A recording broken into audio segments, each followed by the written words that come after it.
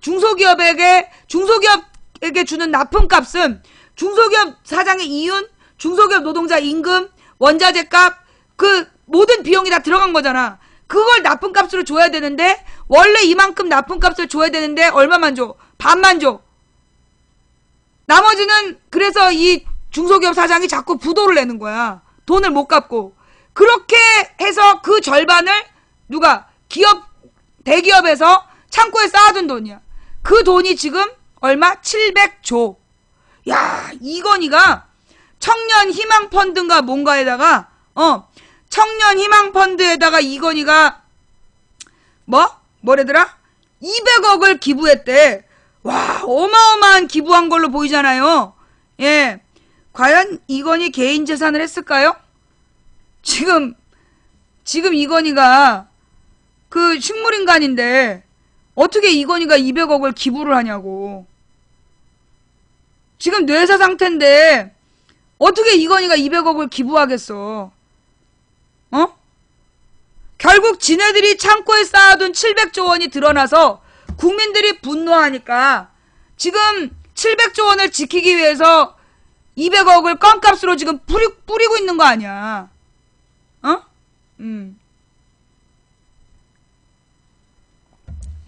망분이 그 논리는 너무 1차원적인 것 같습니다. 그러면 2차원적인 얘기를 길게 써봐.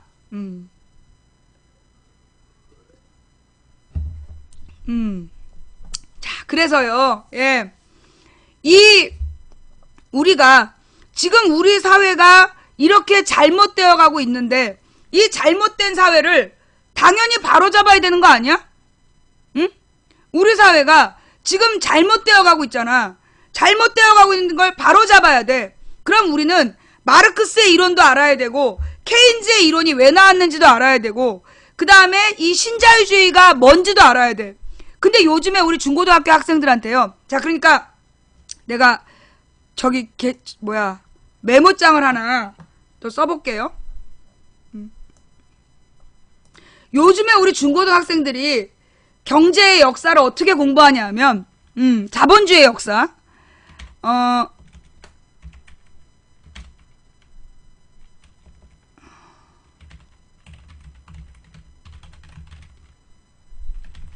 자유주의 고전경제학 이 부분을 배워요. 정확한 개념으로 자유방임주의.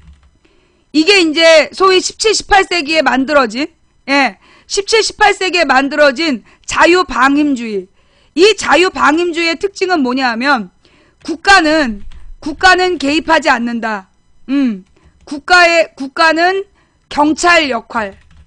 국가는 개인의 생명과 재산을 지키는 일만 한다. 이게 그리고 모든 경제 문제는 시장에서 자유롭게 자유의지로 수요자와 공급자가 결정한다. 좀 내시네요. 예, 녹화를 지금 끊었다 갈게요.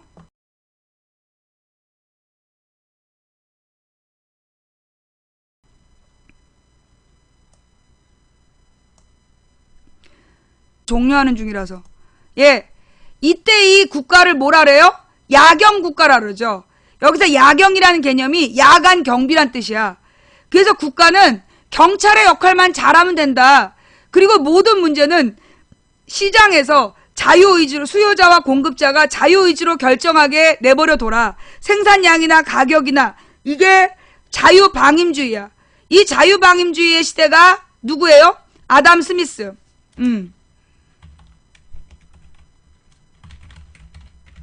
아담 스미스라는 사람이 주장했던 게 자유방임주의다. 그러다가 이 자유방임주의가 바뀌게 돼요. 그러니까 어떤 사건을 겪게 돼. 어떤 사건을 겪게 된 거야? 경제공황. 경제공황과 사실은 그쵸. 이 경제공황 그리고 다른 말로는 뭘 겪게 된 거야? 전쟁을 겪게 되죠. 1, 2차 대전. 1, 2차 대전을 겪게 되면서 실제로 이 자유방임주의 시대가 끝나게 되는 거야.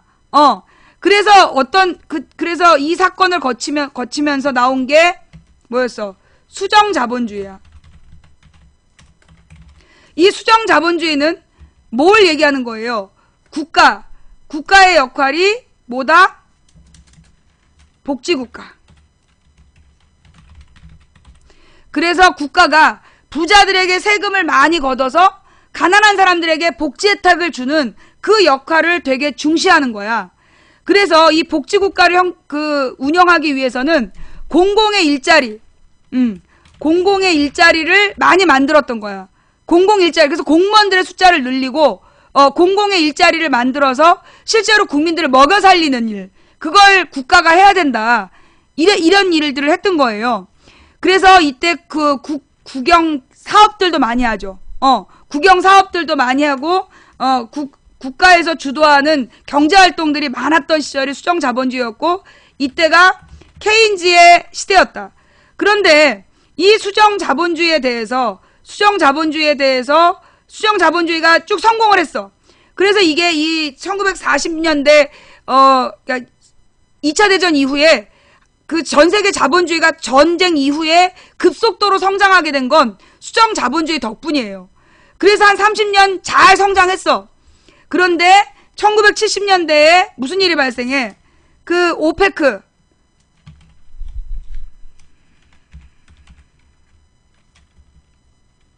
대문자로 OPEC, 오페크가 결성이 되면서, 오페크가 뭐냐면 산유국 회의야. 산유국 회의가 결정이 되면서 이때 어떤 일이 발생하느냐? 석유파동이 일어나게 돼.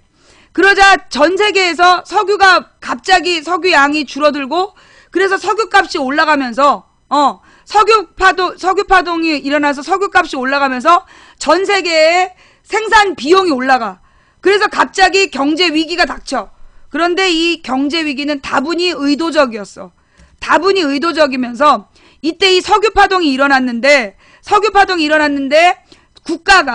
정부가 여기에 대해서 정부가 거대해서 정부 비대화, 정부가 커졌단 얘기야. 그래서 뭘 했다? 대응이 무능했다. 그러면서 나온 게 뭐였어요? 그러면서 나온 게 신자유주의다 라고 가르쳐요. 이게 이 오페크가 결성되면서 석유파동이 일어나고 정부가 비대화돼서 대응이 무능했다, 이런 비판을 만들어내면서 신자유주의라는 게 나타나게 되는 거야. 그래서 이 신자유주의가 했던 일이 뭐냐 하면 그 수정자본주의로 만든 공공의 일자리 있잖아. 수정자본주의로 만든 공공의 일자리를 즉 민영화하는 거야. 공공의 일자리를 민영화하면서 더 이상 임금을 줄이는 거죠. 효율성이란 이름으로 그 임금을 줄이고 공공의 일자리를 없애버리는 거야. 그 다음에 복지 축소. 정부가 지나치게 많은 비용을 세금으로 걷어서 복지 혜택을 줄 필요가 없다. 그러면서 복지 과잉 복지라든가. 그래서 복지 정책을 비판하는 여론전을 펼치면서 복지를 축소해요. 그 다음에 대기업에 대한 규제를 완화하는, 요게 신자유주의야. 신자유주의의 특징이야. 그런데 이 신자유주의가 많아지면서 나타난 문제가 뭐냐? 지금 현재 나타난 문제점은 뭐예요? 국가 간 빈부격차. 또 나라와 나라 사이에 빈부격차가 심화되고, 그 다음에 국내에서 각 국가 내에 빈부격차 심화. 이게 결론적으로 어떤 문제를 만들었냐면 장기적인 세계 경제 침체. 이게 결론으로 나온 거야. 그래서 이 국가 간의 양극화, 국내 양극화가 심해지면서 장기적으로는 세계 경제가 침체되는 문제가 발생했다는 거야. 왜? 이유가 뭐냐 하면 중산층이 몰락하고 소비 능력 상실. 이게 원인이야. 그래서 이 문제를 해결하기 위해서 폴 크루그먼이나 또는 피케티나 그 다음에 이번에 노벨 그 경제학상을 샀던 디처? 그 사람들이 다 했던 얘기가 뭐냐면 그 신자유주의를 비판하면서 혼합 경제 체제로 가야 된다. 다른 걸로는 뭐예요? 제3의 경제. 그래서 이 제3의 경제라는 게 뭐냐 하면 생산은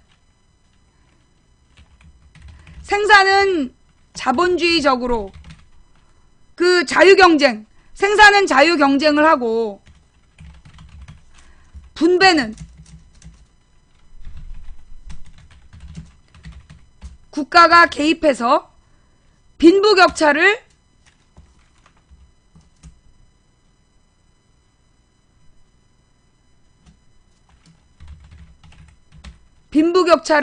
해소하고 또 뭘 하자는 얘기예요?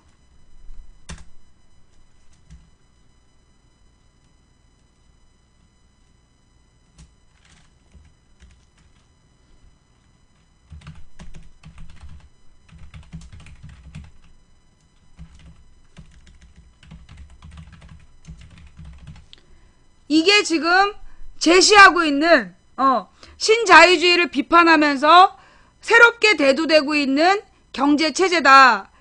이걸 우리가 알고 있어야 돼요.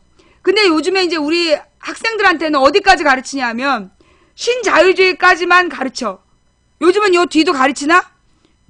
자유방임주의가 경제공황과 1, 2차 세계대전을 거치면서 수정자본주의가 됐다. 그 다음에 이게 오페크 결성으로 석유 파동을 겪으면서 신자유주의가 생겼다. 그러면서 신자유주의가 굉장히 효율적이다. 그런 식으로 가르쳐요. 그리고 일단 그 대기업들이 이윤을 많이 얻어야 파이가 커진다. 그런 논리를 가르친단 말이야. 그런데 이 뒤에 실제로 2007년 이후에는 이 부분이 훨씬 더 전 세계의 지도자들 사이에서 이 두 부분이 더 크게 받아들여진 거야. 그래서 어떤 일이 발생했느냐? 오바마, 빌 게이츠, 워렌 버핏이 부자들에게 세금을 걷어서 공공의 일자리를 만들고 아이들에게 교육복지를 더 베풀어야 된다. 그런 주장을 오바마, 워렌 버핏 다 하고 있잖아요. 빌 게이츠까지. 그죠? 그 다음에 아베나 오바마가 또 청년 일자리를 막 만들고 있잖아. 이런 것들이 세계 흐름이야. 여기에 반대로 간 게 누구야? 이명박, 박근혜. 이명박, 박근혜. 뭔 말인지 알겠어요? 2008년부터 전 세계가 이 국가 간의 빈부격차 문제, 각 국내의 양극화 문제를 해결해야 된다. 그래야 이 장기적인 경기 침체 문제를 해결할 수 있다. 그러면서 왜 중산층이 몰락하면서 소비 능력을 상실한 문제를 해결해야 된다는 과제를 다 온 세계에서 공감했어. 그래서 이때 나타나는 흐름이 뭐냐 하면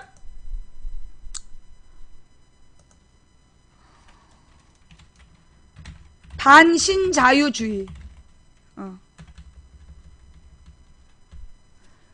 신자유주의에 반대하는 반신자유주의가 만들어졌는데 그 2008년에 그때 누가 우리 이명박이는 요때 이제 신자유주의를 더 강화하는 신자유주의 정책을 더 강화하는 선택을 했고 박근혜가 그걸 여전히 따라가고 있다는 거야. 어떻게 따르고 있느냐? 닉을 왜 바꿔? 닉네임을 바꾸세요? 닉네임을 왜 바꾸라는 거야? 지금 망치부인이라는 이름을 쓰면서 들어왔어? 세실 동안에 바꾸지 않으면 세실 동안에 바꾸지 않으면 강퇴할 거예요. 세실 동안에 닉네임 바꾸지 않으면 강퇴할 겁니다. 그리고 내가 방송하고 있는데 왜 딴 사람한테 신경 써?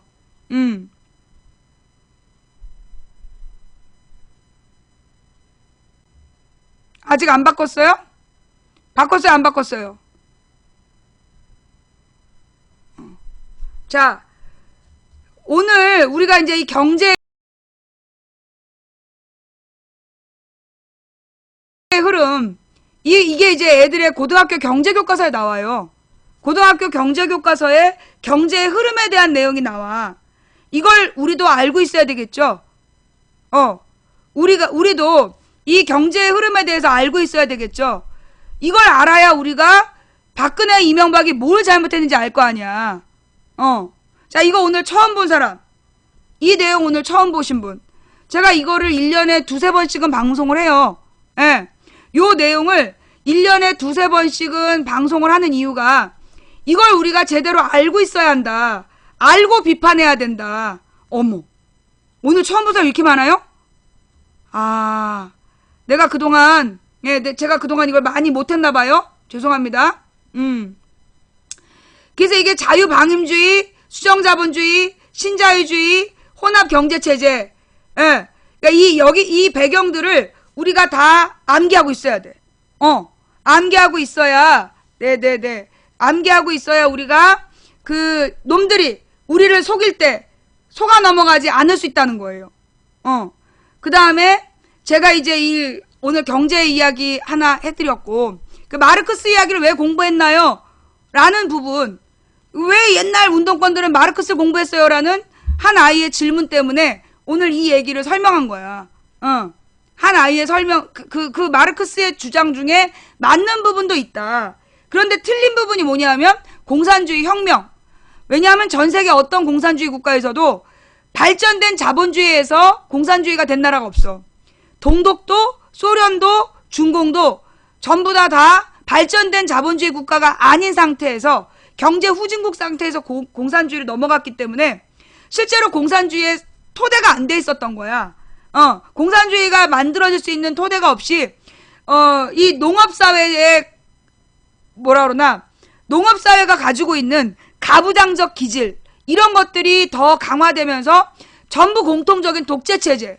원래 공산주의는 독재체제가 되면 안 되는데, 공산당에 잠깐 독재를 하고 그 다음에는 자유로운 민주주의가 됐어야 됐는데, 실제로 모든 공산주의 국가가 실제로 공산주의를 이루지도 못하면서 독재만 하다가 망해버린 거죠.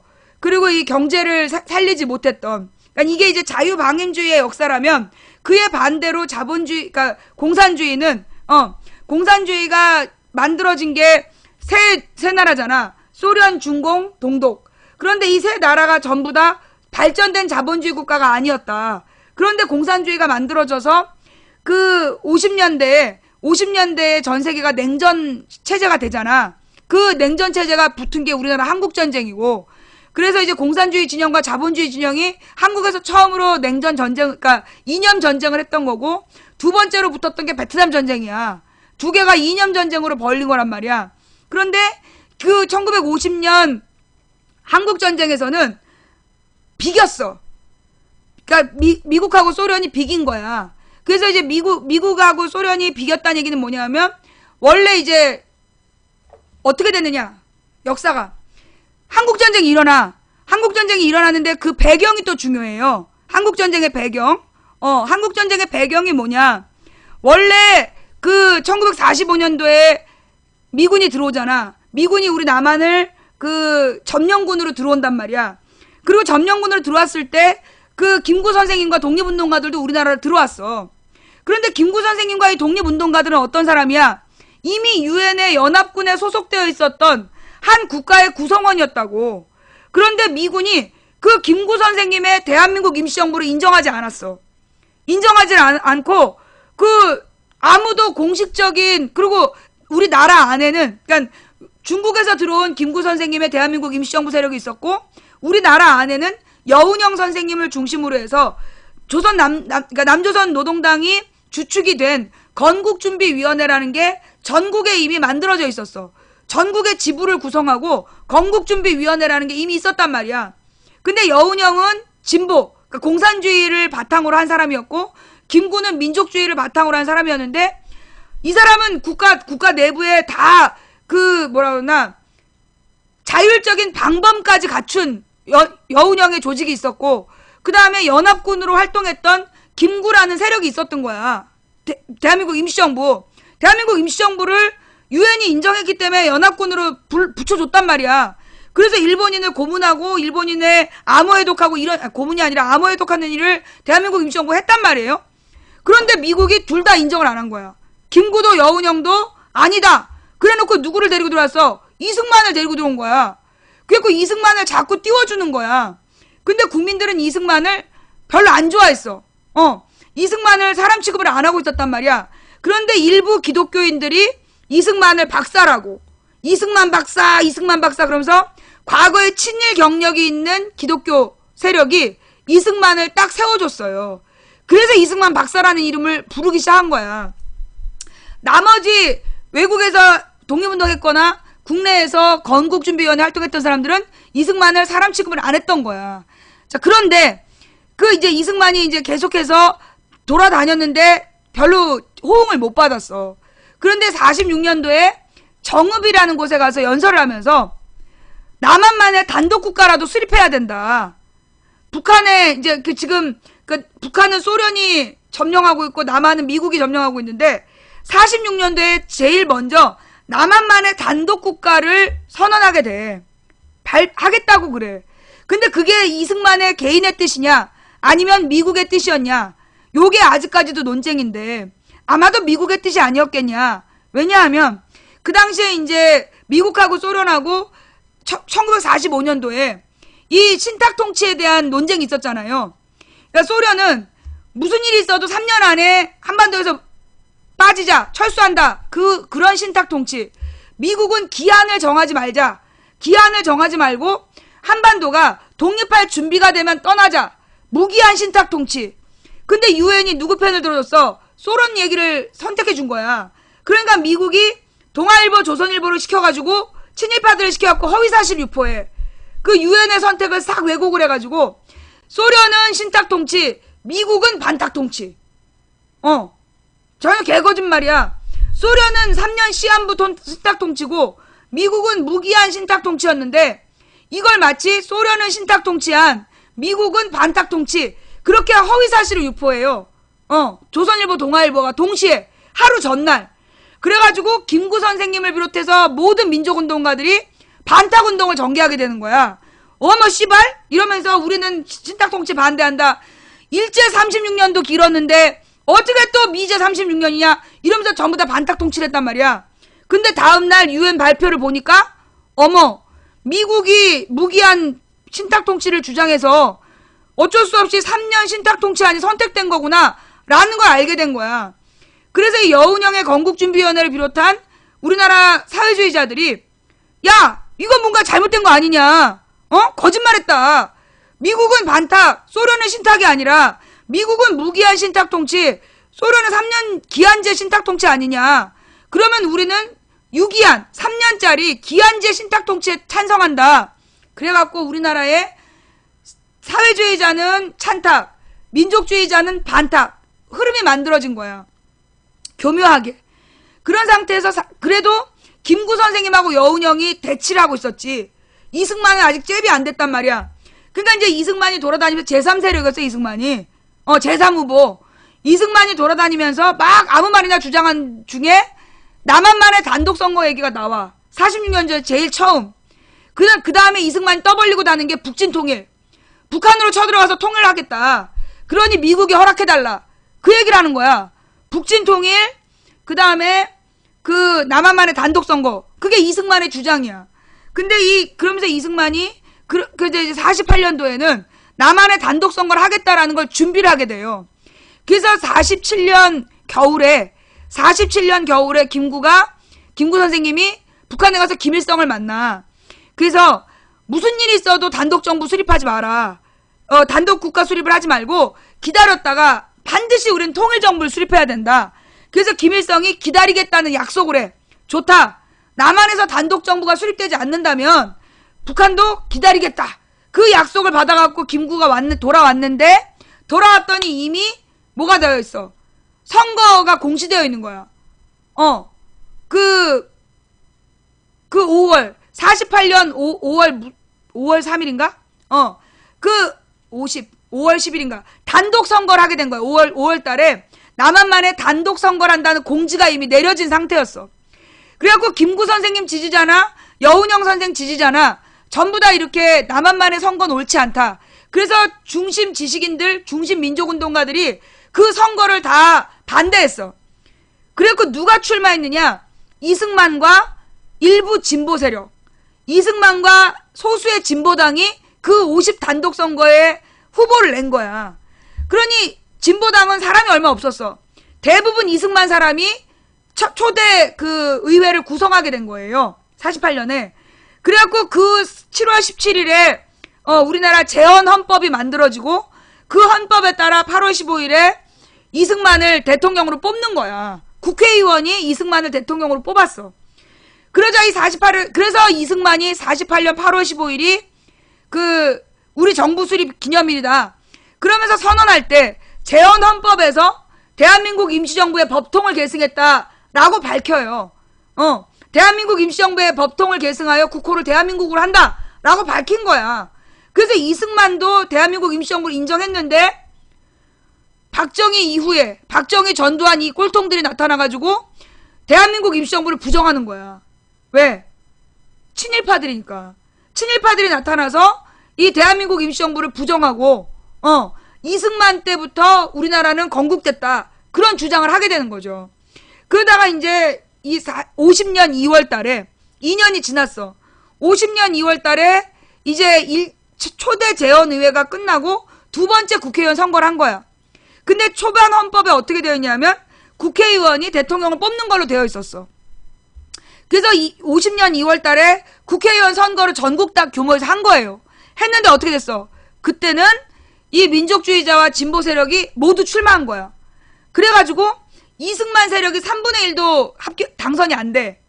이승만 세력이 3분의 1도 당선이 안 되고 다수가 완전히 거의 거대 다수가 민족운동가들이 당선이 돼버린 거야. 반 이승만파가. 그래서 그 반 이승만파가 2월 달에 압도적인 당선이 됐기 때문에 그 사람들이 8월 달에 선거를 하면 이승만은 다시 대통령이 될 수가 없었던 거야. 그때 이승만이 메가더에게 편지를 보내요. 이승만이 메가더에게 편지를 보내서 그 당시 미국이 그러니까 에치슨 라인이라고 불리는 미국의 동북아 방어선이 있었어. 그래서 일본, 필리핀, 일본, 남한까지를 미국이 방어한다. 그래서 여기를 누구든지 무력으로 침공하면 미국에 대한 도전이다. 그게 에치슨 라인이었어. 근데 이승만이 메가더한테 편지를 보내갖고 그 2월인가 3월에 편지를 보내서 그 에치슨 라인에서 남한을 제외해달라 라고 요청을 해요. 이승만이 그동안 계속 주장했던 내용이 소위 북진통일, 북한으로 쳐들어갈 테니까 허락해달라 그 얘기를 계속했단 말이야. 그러더니 에치슨 라인이라는 거를 빼달라고 얘기를 하는 거야. 남한을 제외해달라. 즉 미군의 방어선에서 남한을 제외해달라는 요구를 하게 돼. 메가더한테. 그래서 그 메가더가 그걸 받아들여요. 그래서 에치슨 라인을 5월 달인가 빼는 거야. 그리고 6.25가 벌어지는 거야. 이 내용이 어디에 그 남침 유도설이라고 표현하면 안 돼요. 그 남침 유도설은 정확한 개념이 아니야. 정확한 개념이 아니고 이게 브루스 커밍스 교수는 거기까지만 얘기한 거야. 남침을 유도했다기보다 그러니까 남침 유도설은 이 공식적인 팩트를 가지고 평가한 개념이야. 이승만이 남침을 유도한 거다. 전쟁을 유도했다는 평가를 한 거고 남침 유도설이라는 표현 자체는 브루스 커밍스 교수의 주장이 아니야. 단지 메가더에게 이승만이 편지를 보내서 에치슨 라인을 뺐고 에치슨 라인을 후퇴시켰고 그래서 김일성이 남침을 해오게 됐다. 이게 팩트야. 뭔 말인지 알아요? 그러니까 이제 이승만은 그래가지고 어떻게 했느냐. 전쟁이 일어나자마자 북한에서 쳐들어오자마자 뭐 했어요? 한강 다리를 끊고 경상도로 도망을 가잖아. 일본으로 망명 신청을 하면서 경상도로 도망을 가. 그래서 경상도를 마지노선으로 해가지고 소백산맥 밑으로만 이제 우리 남한 세력이 남아있고 전 국토가 북한의 세력이 된 거야. 그때 전쟁통이잖아. 전쟁통에 부산에서 이승만이 뭐 했냐? 헌법을 바꿔. 헌법을 바꿔가지고 직선제로 바꾸는 거야. 피난정부에서 피난 온 사람들 몇 명을 데리고 헌법을 바꿔요. 그래서 그 브루스 커밍스 교수, 누가 브루스 윌리스래? 어? 야, 허위사실 유포해서 너는 강퇴야. 예. 그래서 빨갱이를 처단해야죠. 그죠? 빨갱이는 누굴까요? 예, 우리 박근혜 아버지.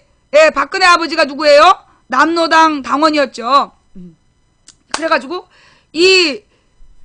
그래서 전쟁이 일어나게 된 거다.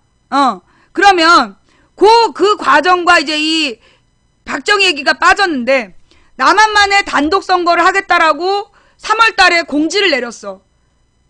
저기 이승만이. 그러자 전국에서 단독 선거 반대 운동이 벌어져. 단독 선거 반대 운동이 벌어지는데 제주도에서 농민 폭동이 일어나는 거야. 농민 폭동이 일어났는데, 이 농민 폭동이 일어나는 그 과정에 소위 이제 건국준비위원회 출신들, 소수의 이제 사회주의자들이 이 50 단독 선거 반대 운동을 명분으로 내세웠고, 그 다음에 다수의 농민들이 분노해가지고 결합을 했어. 그래서 4월 달에 사사망쟁이라는 게 벌어지는 거야. 그래서 이게 한 달 넘게 가면서 이 여수 순천 지역의 군인 경찰을 동원을 해갖고 이승만이 죽여버린단 말이야. 그래서 제주도민의 수만 명이 그 당시 사사망쟁 때 죽음을 당해요. 무지막지하게 서북청년단을 거기 보내갖고 사사망쟁에 개입됐던 사람들 다 죽이는 거야. 완전 싹쓸이를 해가지고 제주도민의 3분의 1인가가 거기서 죽게 돼. 그때 고 48년도 그 사사망쟁 때 갔던 여수 순천 지역의 군인 경찰들이 50 단독 선거는 무효다를 주장하게 돼. 왜냐하면 제주도에서 투표를 못했다.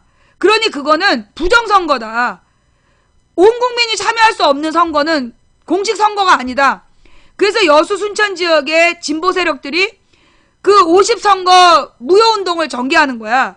그게 여순항쟁. 여순 반란 사건이라는 이름으로 오랫동안 우리가 배워왔던 내용인데, 그게 48년 10월에 일어난 여수 순천 지역의 진보 세력이 그 4.3의 진실을 알고 정확하게 온 국민이 투표하지 않은 50선거 무효 운동을 전개했던 거야. 그때 여수 순천 지역에서 그 진보 세력이 그 운동을 주도했다. 그리고 이제 군인 경찰 가족들을 이 진보 세력이 공격했다라는 거야. 그런데 군인 경찰의 가족을 공격한 거는 얼마 안 됐고, 실제로 군인 경찰들이 여수 순천 지역에 진보 세력을 씨를 말려요. 엄청나게 많은 사람을 죽이는 거야. 그때 한 남자가 잡혀 들어갔으니 그게 누구야? 여수 순천 지역에 배치되어 있었던 박정희. 박정희가 왜 잡혀 들어갔냐? 남조선 노동당 당원 명단에 이름이 떡하니 있었던 거야. 그럼 박정희는 언제 남노당에 가입했냐? 45년도에 일본이 패망하니까 일본 만주국 군인이 아닌 척하면서 변장해갖고 중국 남부로 도망가서 중국 남부에서 대구로 숨어 들어와 지냈는데, 너 신분 세탁해야 된다. 그래가지고 박정희 형이 남노당 당원으로 가입을 시켜. 그래서 얘가 일본군 장교 출신이라는 경험을 살려서 군대에 들어간 거야. 그래서 군대에 들어가서 승승장구하고 있었는데, 그 48일간은 남노당 당원이면서 그 만주국 군인 출신이라서 장교 경력도 있고 훈장도 받았다 이래갖고 잘 나가다가 여수 순천 사건에서 걸린 거야. 그리고 남조선 노동당 당원 명단이 있으니까 누구도 박정희도 사형 선고를 받았다고. 그런데 이미 이승만의 오른팔이 되어 있었던 친일파 놈들이 박정희를 살려주기로 하죠. 그래서 박정희한테 그 남노당 당원들의 명단을 갖고 와라. 그래갖고 죄 없는 사람들의 명단을 박정희에 갖다 바치고 살아나는 거야. 살아나서 이승만 정부 때는 그냥 군인으로 이렇게 살다가 이승만이 쫓겨났어. 60항쟁이 일어나갖고 이제 4.19 혁명으로 쫓겨나니까 1년 만에 민주정부를 뒤집어 엎고 쿠데타를 일으킨 게 박정희야. 그게 이제 그 역사. 그 다음에 그래서 이제 중요한 건 50년에 한국전쟁이 벌어지게 된 이유가 뭐냐. 50년 6월에 한국전쟁이 벌어지게 된 건 이승만이 메가더에게 편지를 보냈다는 거죠. 메가더에게 편지를 보내서 에치슨 라인을 빼달라. 그걸 본 김일성이 옳았구나. 네가 나를 이제 쳐들어오라고 지금 사인 보낸 거지? 그러면서 쳐들어왔다는 거야. 미안합니다. 그래서 김일성이 미국이 지키던 나라에서 미국이 사라지니까 옳다구나로 쳐들어온 거야. 쳐들어와서 이 남한 저기 누구야 이승만이 저기 할 때까지 투표할 때까지 기다려.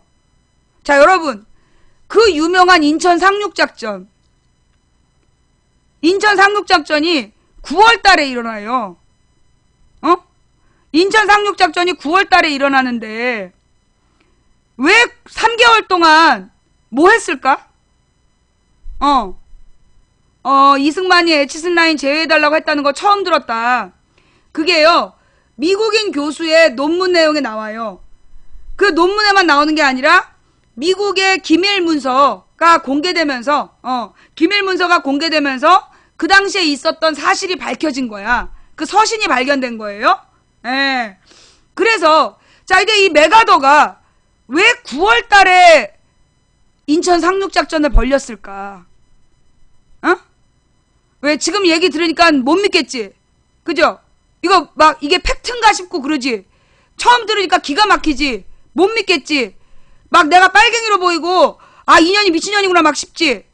이게 한국 근현대사 교과서에서 나왔던 얘기야. 미국 공문서는요, 그 모든 공문서가 30년이 지나면 공개가 돼요. 예, 미국 공문서가 30년이 지나면 다 공개가 되기 때문에, 그래서 국가 간에 주고받은 편지, 기밀 문서들이 다 공개가 되는 거야.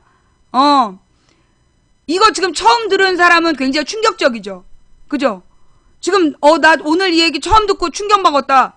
이승만이 메가더한테 그렇게 편지를 보내가지고, 그래서 에치슨 라인이 빠졌고, 그래서 북한이 남침해 온 건지 몰랐다. 그런 분들은 굉장히 충격 먹었을 거예요. 이거 역사적인 사실이에요. 예. 미국에서도 인정하는 팩트야. 그러면서 이 메가더라는 존재가 중요한 인물이야. 메가더. 이 메가더가요. 예. 메가더가 미국의 대통령도 우습게 알았던, 동북아의 군사 지휘권을 가지고 이 메가더가 대통령도 우습게 알았던 사람이래. 그래서 자기만의 세계를 구축하려는 그런 야심에 차 있었다는 거야. 그런데 그 메가더를 미국에서 강제 송환을 해갔대. 그래서 메가더는 영원히 여기 동북아에 남고 싶었는데 메가더를 강제 송환을 했다는 거야. 그 얘기는 이제 나중에 메가더 이야기가 나오면 그때 얘기할게요. 그래서 그러면 우리의 의문은 그거야. 왜 이승만이 그 부산으로 쫓겨간 몇 명 온 국민도 없는데 거기서 굳이 헌법을 바꾸고 직선제로 자기가 대통령이 왜 되냐고. 그 정신없는 와중에 그걸 도모하는 동안에 왜 미국은 3개월 동안이나 원래 에치슨 라인으로 남한을 정비하고 있었어.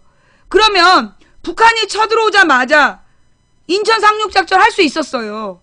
처음에 밀고 내려왔을 때 미국이 출동했으면 됐잖아. 그지? 그런데 왜 이승만이 경상도에서 그런 이 쇼를 할 때까지 기다렸다 3개월 만에 인천 상륙작전을 하냐고. 뭐 이런저런 핑계는 있겠지만, 아니 자기가 원래 보호하던 구역에 미군이 다시 들어오는데 왜 3개월이 필요했을까? 그건 이승만이 경상도에서 다시 대통령이 되는 그걸 도모할 시간을 벌어준 거 아니었냐. 그래서 이제 인천 상륙작전을 벌려서 이 북한군이 막 퇴각을 해요. 북한군이 막 퇴각을 해갖고 북한으로 넘어가. 그래갖고 이 미군이 쭉 밀고 어디까지 가? 저기 압록강까지 가는 거야. 압록강, 두만강까지 다 갔는데 그때 웬 시커먼 애들이 깡통을 두들기면서 나타난 거야. 깡통을 두들기면서 총도 없고 무기도 없는 애들이 이 깡통을 막 숟가락으로 두들기면서 때로 몰려왔다는 거예요. 그 당시 증언에 의하면 그게 중공군이었어. 중공군의 인해 전술이라는 말.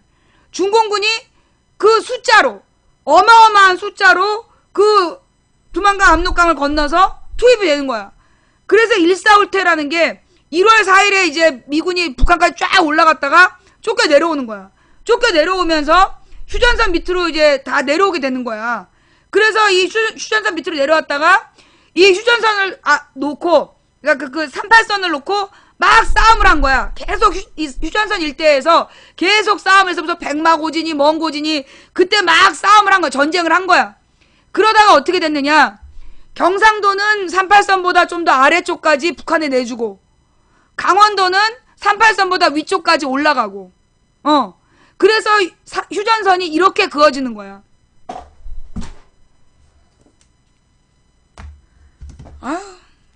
화이트보드 보내주신 시청자님 진심으로 감사합니다. 원래 38선은 직선이었어. 북이 38도선. 그런데 이쪽이 경기도고 이쪽이 강원도인데 어떻게 됐다? 경기도는 밑으로 좀 더 내려오고 강원도는 더 많이 올라가서 우리가 38선보다 훨씬 올라간 땅이 더 넓었어요. 그러니까 우리가 이긴 걸로 알고 있어. 그러나 당시 인구와 자원으로 따지면 정반대인데? 미안해요. 그럼 저기 선을 반대로 그어줄게. 미안해. 거울 효과 까먹었어.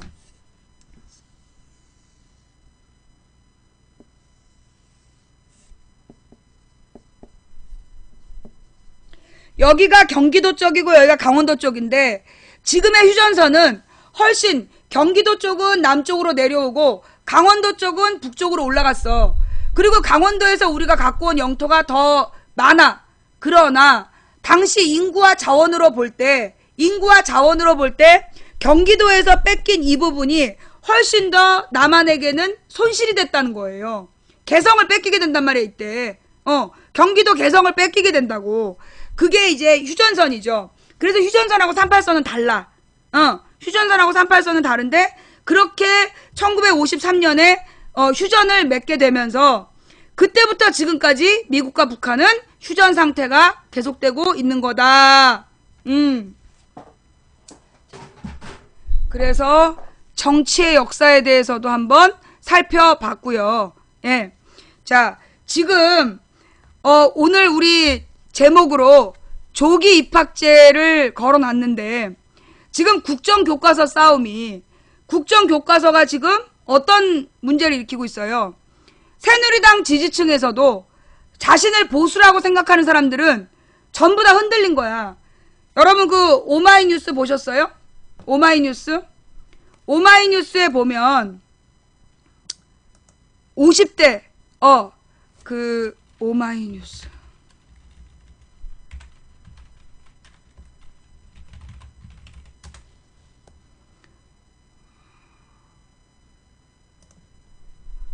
들어가서 보면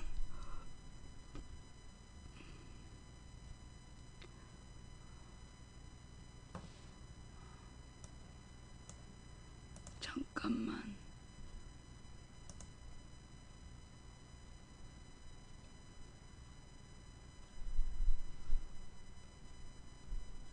아까 그 제목이 뭐였지?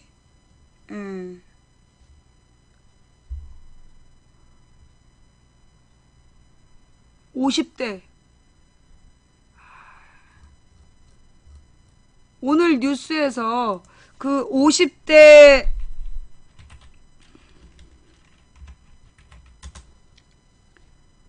보수 세력도 에이씨 검색어가 없네. 50대 보수마저 새누리 수준이 왜 이래? 미안해요.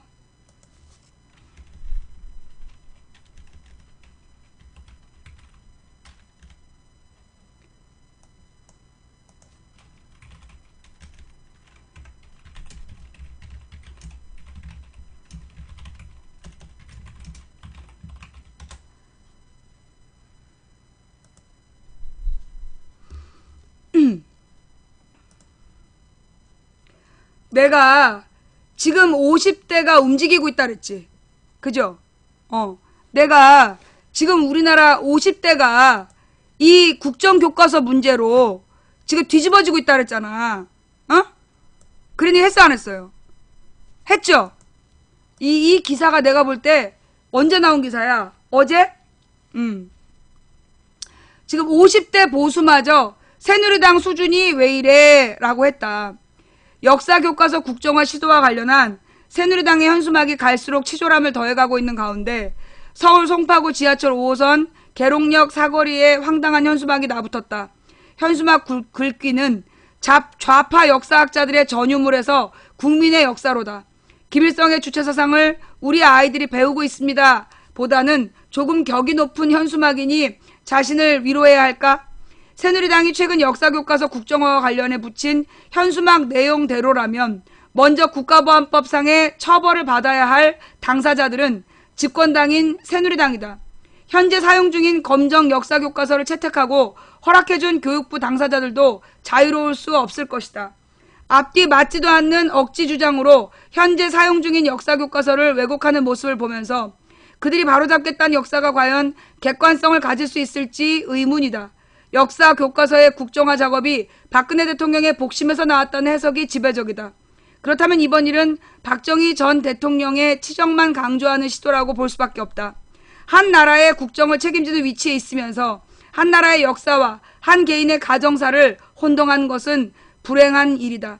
더 불행한 일은 이를 바로잡아줘야 될 이들이 오히려 한 발 더 나아가 과열 충성하고 있다는 것이다. 현재 새누리당이 그런 역할을 하고 있으며 차기 대선 주자인 김무성 대표가 그 정점에 서 있다. 이 나라의 미래를 생각했을 때 불행한 일이다. 새누리당 막장 현수막 50대들의 반응은 새누리당이 내건 거의 막장 수준의 현수막을 본 50대 중반의 내 친구들은 한결같은 반응이었다. 참고로 우리는 60년대 초반 출생으로 베이비붐 세대에 속한다. 1970년대 초등학교에 다니면서 국민교육헌장과 국기에 대한 맹세를 달달 외우던 세대였고 반공 웅변대회나 반공 글짓기 대회에서 때려잡자 공산당을 외치던 세대였다.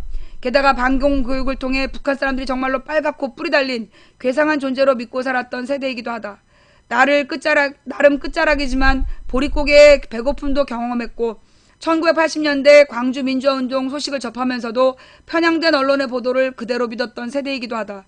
80년대 초 대학생이 되어 비로소 광주 민주화운동의 실체를 접했고 87년 민주화운동의 과정까지 대학생활을 했던 세대다.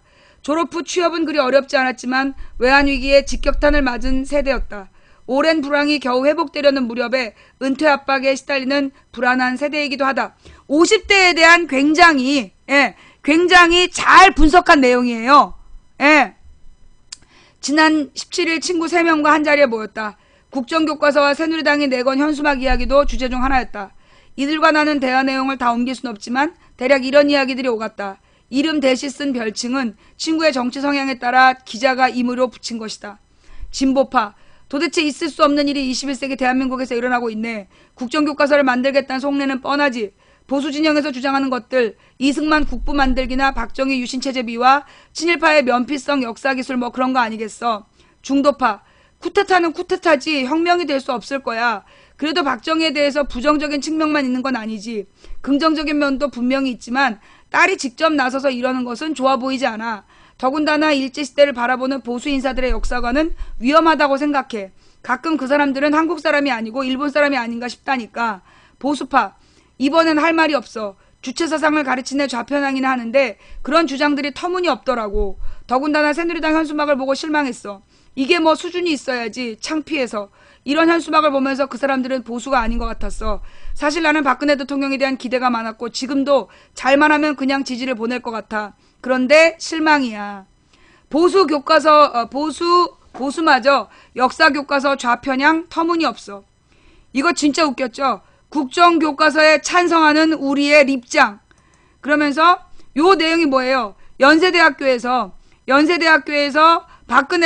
박근혜 최고 존엄의 국정교과서에 찬성한다는 북한식 어투로 이번에 이제 박근혜의 국정교과서 주장이 결국은 북한 따라하기다.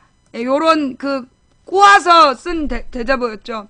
다양한 정치 성향과 상관없이 친구들은 이번 역사교과서 국정화와 새누리당 현수막에 대해 비판적이었다. 동시에 야당인 새정치민주연합에게도 비판적이다. 이게 중요해요.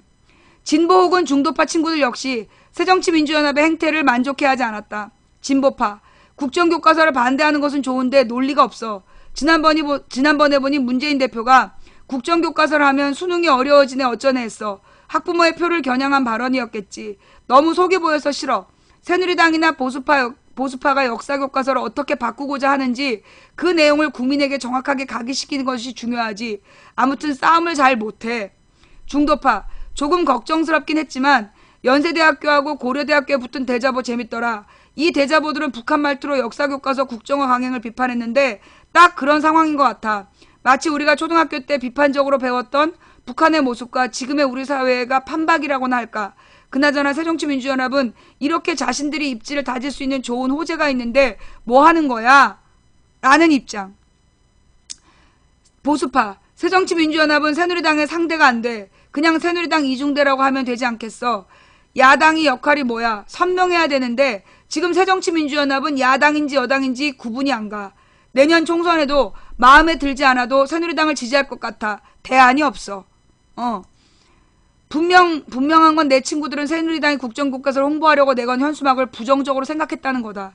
나는 새누리당이 이렇게 선정적이고 부정적인 문구를 내걸어 각인 효과를 누리는 거 아닌가 싶어 섬뜩하기도 하다.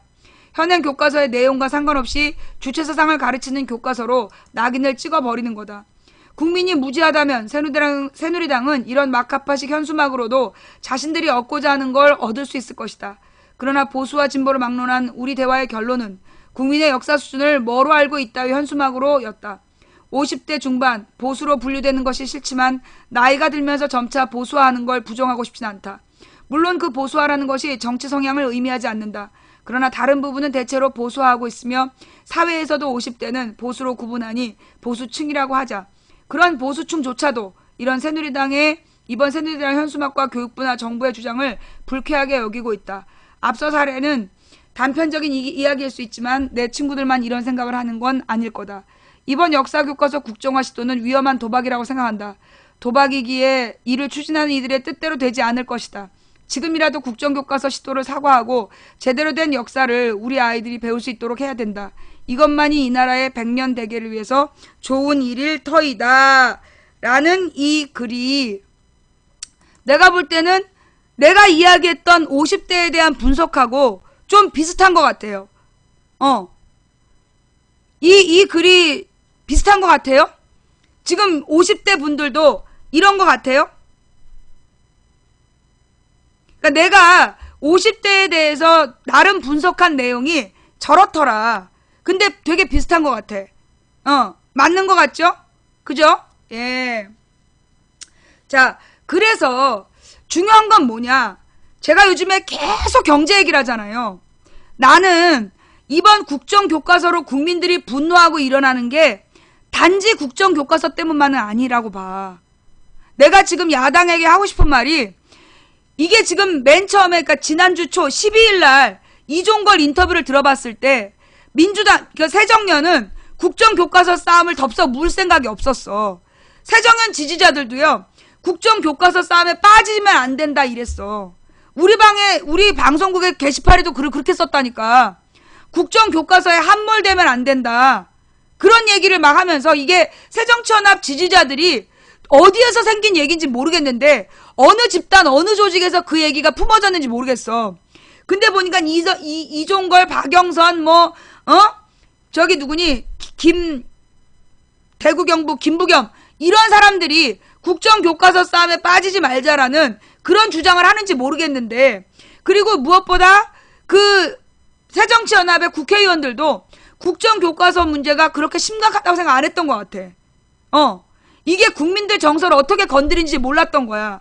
왜냐하면 이종걸이 10월 12일에 나와가지고 인터뷰를 하면서 뭐라 했냐면 찬반이 비등하다.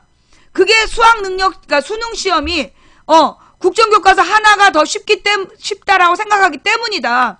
이렇게 판단을 했어요. 그래서 이 새정연이 지난주까지 국정교과서 싸움에 대해서 발을 빼고 있었어. 그러다가 주말을 거치면서 국민 정서를 제대로 본 거야. 사실 어떻게 했냐면 이 여론조사 기관에서요. 처음에는 반대가 더 많다. 그런데 찬반이 똑같다. 그러다 찬성이 많아졌다. 지난주에 봤던 여론조사야. 그렇게 유도했다고. 그래서 국정교과서 묻고 가자고 얘기를 한 거야. 묻어버리고 가자. 그러니까 거기에 야당 의원들은 그 말을 믿은 거야. 그래서 그냥 국정교과서 말고 다른 얘기를 막 하려고 그랬던 거야. 그런데 국민 정서는 생각보다 국정교과서에 굉장히 분노했다는 거지. 내가 볼 땐 그래요. 그런데 이게 단지 국정교과서가 아니야. 단지 국정교과서가 아니라 이 국정교과서로 들고 일어나는 국민 정서에는 지금 쌓이고 쌓인 이명박 때 배신당하고 박근혜한테 배신당한 배신과 배신의 역사, 무엇보다 경제정책의 일관된 실패에 대한 분노. 이게 지금 국정교과서에, 이게 지금 국정교과서에 뭐라 그러나, 국정교과서에 분노하는 국민의 기본 정서인 것 같아. 이 지속적인 경제정책의 실패. 그러면서 국민들의 삶이 피폐할 대로 피폐해진 지금의 이 상황에서 지금 경제를 살리랬더니 국정교과서 난동이야? 여기에서 분노가 일어난 거다. 나는 이게 경제 문제에 대한 분노가 국정교과서라는 명분을 만나서 폭발하고 있다라고 봐요. 그러면 지금 새정연에서는 뭘 해야 되느냐? 그러면 내가 이번 주부터 계속 경제 얘기를 하잖아. 그 얘기가 뭐냐면 단지 국정교과서에 싸우면만 국정교과서라는 걸 명분으로 얘기해서 뭐라 그래? 경제를 살리랬더니 국정교과서를 왜 추진하느냐? 그러면서 우리 당이 요구하는 경제정책에 필요한 건 이런 거다. 그런 싸움을 해야 된다는 거야. 지금 새정연에서 해야 되는 거는 선명하고 진보적인 경제정책을 제시해야 된다. 논법은 어떻게 해야 되냐? 경제를 살려야 된다는데 이거에 실패해놓고 국정교과서로 지금 나라를 혼란에 빠뜨렸냐? 이런 짓은 멈춰야 되고 지금 우리가 나아가야 될 방향은 이거다. 그러면서 일자리를 만들어야 된다. 지금 노동자들의 일자리 12시간 맞교대를 법적으로 금지시키고 12시간 맞교대를 법적으로 금지시키고 그러면 뭐예요? 8시간 3교대가 부활된다는 거야. 그거는 노동자의 일 30%가 일자리가 늘어난다는 거예요. 12시간 맞교대 방식을 금지시키는 거야. 그리고 임금 피크제에 반대한다. 임금 피크제에 반대하고 12시간 맞교대를 금지시키고 그래서 8시간 노동제 그거를 사수해야 된다고. 그래야 한 사람의 일자리가 늘어나는 거야. 그 다음에 물가 인상을 반영해서 노동임금의 최저임금을 올려야 된다. 그런 얘기를 해야 된다고. 나는 그래야 된다고 봐요.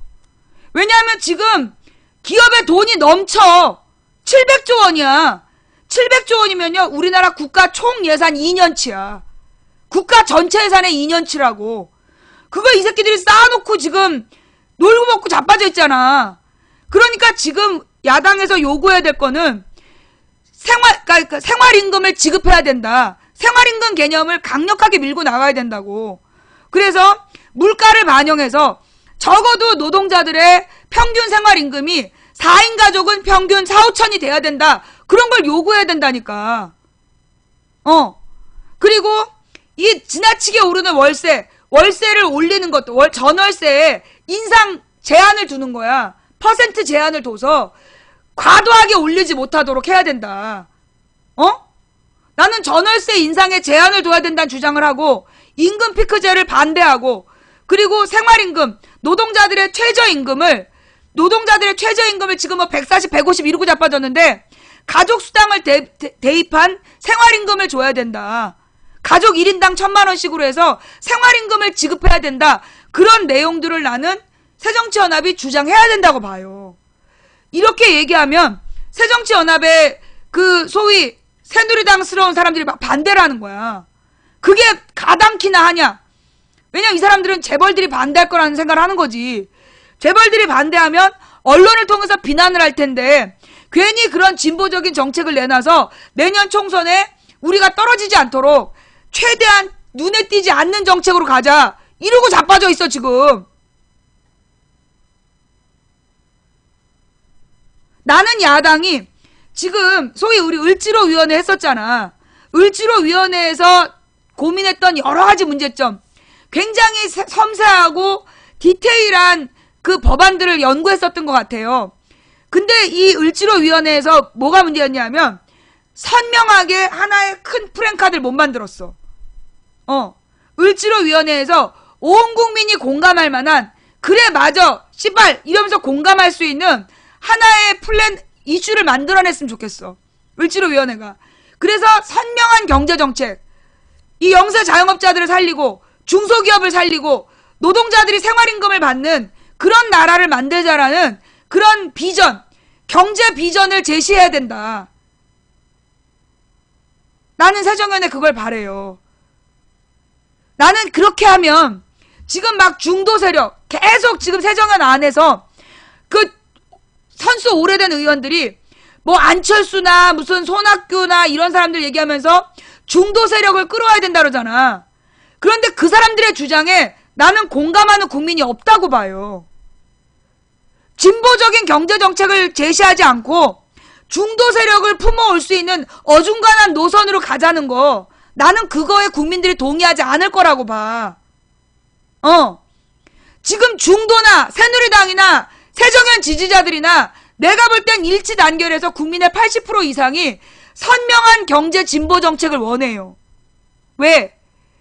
사실 여러분, 재작년에 재벌들이 700조 원 쌓아놓고 있는 거 알았어요? 몰랐잖아요.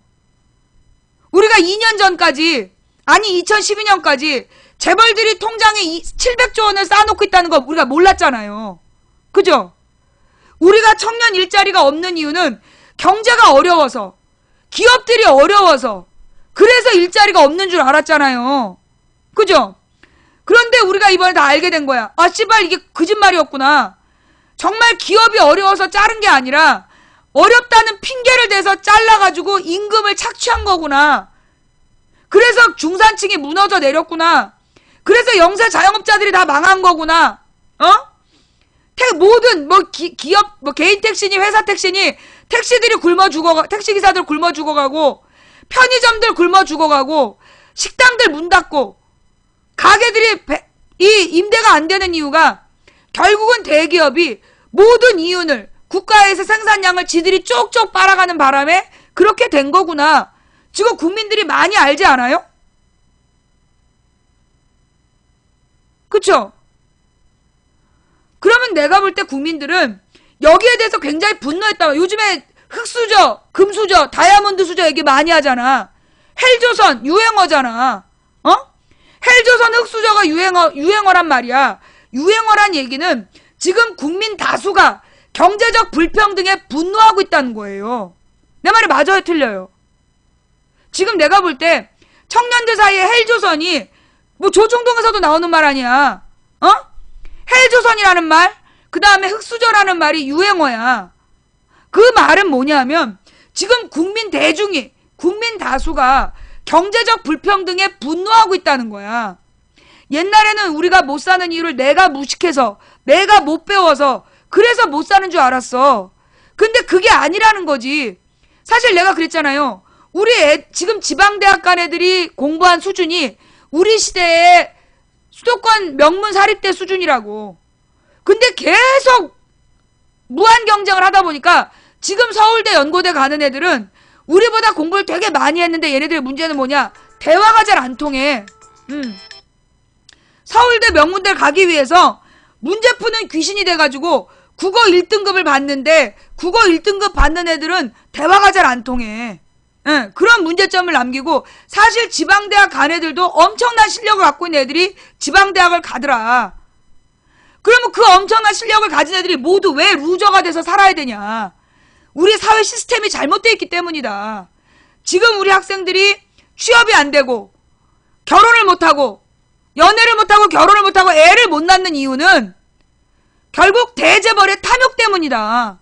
이거 국민들이 다 알지 않아요? 아직 모르나? 제가 궁금해서 그러는데요.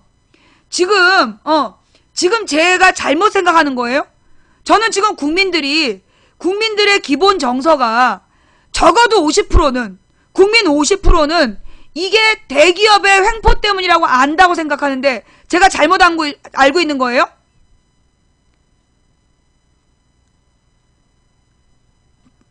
국민들이 잘 모른다고 생각해, 아직도? 아직은 모른다. 지금 여러분 주변 사람들은 우리 경제가 이렇게 어려운 게 대기업 때문이다라는 생각을 못하고 있어요? 아직 모르는구나. 그래서 내가 그 길거리로 나가려고 길거리로 나가서 방송하려는 이유가 뭐냐 하면 우리 망치분을 아는 사람은 알아. 망치분을 아는 사람은 아는데 망치부인을 모르는 사람은 대부분 모르. 자, 그럼 우리 여기 방송 듣고 있는 사람들, 방송 듣고 있는 분들께 물을게요. 지금 우리 경제가 어려운 이유가 대기업 때문이다. 여기에 동의하십니까? 지금 여러분은, 망치부인 방송 애청자 여러분은 현재 우리 경제가 이렇게 어려운 게 결국 대기업의 탐욕 때문이다. 여기에 동의하십니까? 잘 모르겠어요. 동의하세요? 동의하는 편?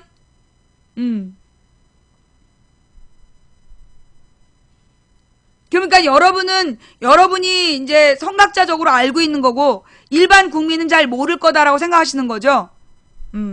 알았어.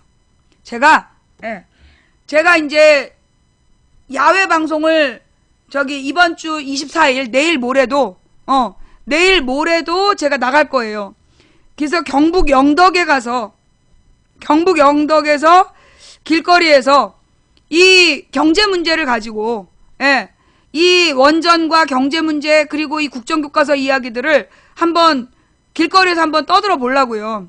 뭐 돌 맞아 죽으면 어쩔 수 없는 거고 뭐 거기서 그 영덕 주민들의 반응을 좀 한번 보려고 한번 그 길거리 수다방을 좀 자주 하려고요. 추워지기 전에 길거리 수다방을 좀 자주 해야 되겠다. 그리고 추워진 다음에는 아프리카 거긴 또 실내라. 하여튼 내가 전국을 많이 돌 거예요. 전국을 많이 돌 생각이 있으니까 여러분들이 그 자리를 좀 만들어 봐봐. 자리를 좀 만들어서 어디 오세요 주장한 사람들 있지. 그 사람들이 망치부인을 부를 준비를 좀 하라고. 주변 사람들이랑 힘을 모아가지고 날 추워지기 전에는 길거리 수다방 장소 선정해갖고 집회 신고하고 그 다음에 음향장치 준비한 다음에 저를 불러주시면 제가 가서 방송을 할게요. 그러니까 여러분들이 그 길거리 수다방을 좀 많이 주선해 주세요. 많이 좀 주선을 해주면 감사하겠어요. 잘 모르겠으면 동네 시민단체를 찾아가. 그래서 도와달라고 그래. 어떻게 해야 되냐고 물어보고 도와달라고 그래서 준비를 해놓고 저를 부르시면 제가 그리 가서 그 길거리 수다방을 많이 할게요. 나는 뭐 어차피 한 번 살다 죽는 건데 최선을 다해볼 생각이니까. 지금 정부에서 편법으로 지금 예비비를 빼돌려가지고 국정교과서 예산으로 쓰고 있는데 그 예산이 44억을 빼돌린 거야. 근데 이 예비비라는 게 뭐에 쓰는 예산이냐면 국가에 재난이 일어났을 때 재난 대비용이라고. 가령 지금 같은 경우에는 그 예비비는 어디다 써야 되냐? 가뭄 해소를 위해서 물차 같은 것들을 충남 논에다 대주고 그런 데 써야 되는 비용이라고. 그런데 지금 정부가 그 돈으로 뭐 했어요? 국정교과서 홍보를 하는 거야. 국정교과서 예산을 44억을 빼돌려 놨는데 그 44억 중에서 25억이 홍보비였던 거야. 이 재난을 대비하는 돈으로 그런 짓거리를 지금 하고 있다고. 그러면서 유관순이 없다. 지금 교과서에 유관순이 없다. 주체사상을 가르친다. 미국을 적이라고 얘기했다. 그 책 하나 찾아오세요. 뭐냐면 국정교과서 관련 기사인데 노컷 기사인가 한국 기사인가 그 어떤 역사교사가 국정교과서에 관한 거짓말 노컷이다. 노컷 TV에 국정교과서에 대한 거짓말에 대처하는 방법 국정교과서에 관한 유언비어에 대처하는 방법이라는 그 영상 뉴스가 있어요. 그것 좀 갖고 와봐요. 그 말도 안 되는 거짓말이야. 주체사상을 가르치고 있습니다. 주체사상을 가르치라고 시킨 게 이명박이고 허락해준 게 박근혜야. 두 번째, 미국을 주적이라고 쓰고 있습니다. 그렇게 쓴 교과서는 아무도 없어. 그 다음에 유관순이 교과서에 없습니다. 가르치고 있지 않습니다. 그것도 거짓말이야. 중학교 교과서, 고등학교 교과서 상당수가 유관순을 쓰고 있어. 그럼 왜 이것들이 유관순이 없습니다라고 자신있게 얘기했느냐? 지네들이 교육 지침에서 유관순 얘기를 안 했거든. 지네가 유관순을 빼고 교육 지침을 내렸기 때문에 실제로 지금 나와 있는 교과서들이 유관순을 안 쓴 거라고 생각하고 떠벌린 거야. 알고 보니까 실제로는 유관순에 대해서 가르치고 있었다. 예. 이런 노컷 뉴스에 역사 선생님이 말하는 국정교과서 관련 유언비어에 대처하는 방법, 그 기사 좀 한번 찾아봐 주시고요. 예.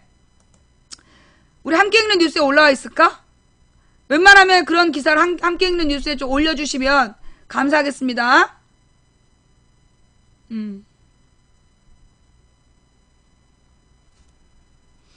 그 다음, 예.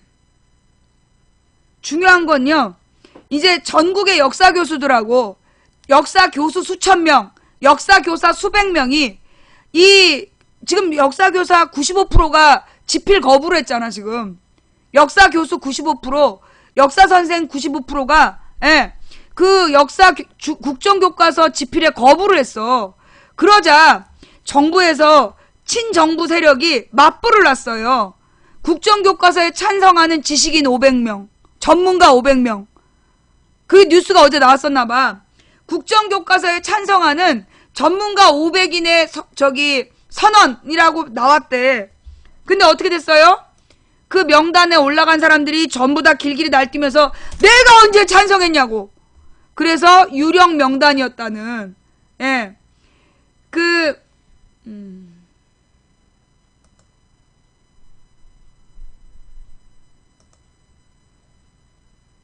잠깐만요.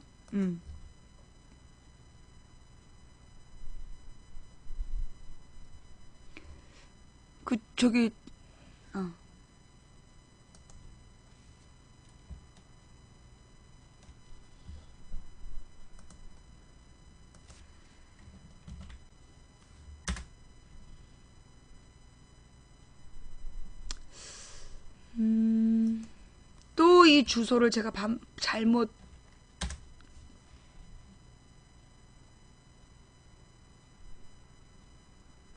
다시 한번 그거 좀 올려주실래요? 그 영상 뉴스에 그 영상 뉴스 주소가 잘못 복사가 됐어요. 네, 잠깐만요. 붙여가지고 맞는데? 왜 이게 노컷 뉴스에서 주소 제대로 쳤는데 주소를 제대로 쳤는데 왜 이게 엉뚱한 벌초 이렇게 대처하세요 이걸로 넘어가지? 역사 교과서에 대처하는 방법. 왜 이게 이렇게 엉뚱한 주소로 넘어갈까? 나왔다.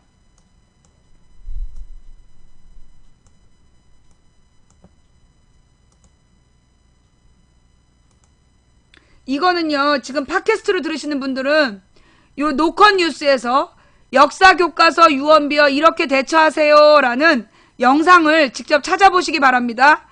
그 팟캐스트는 영상이 안 나오고요. 그러니까 소리가 안 나오고 화면만 나와요. 그래서 이거 팟캐스트로 들으시는 분들은 꼭 노컷 뷰에서 역사 교과서 유언비어 이렇게 대처하세요 라는 기사글을 꼭 확인하시기 바랍니다.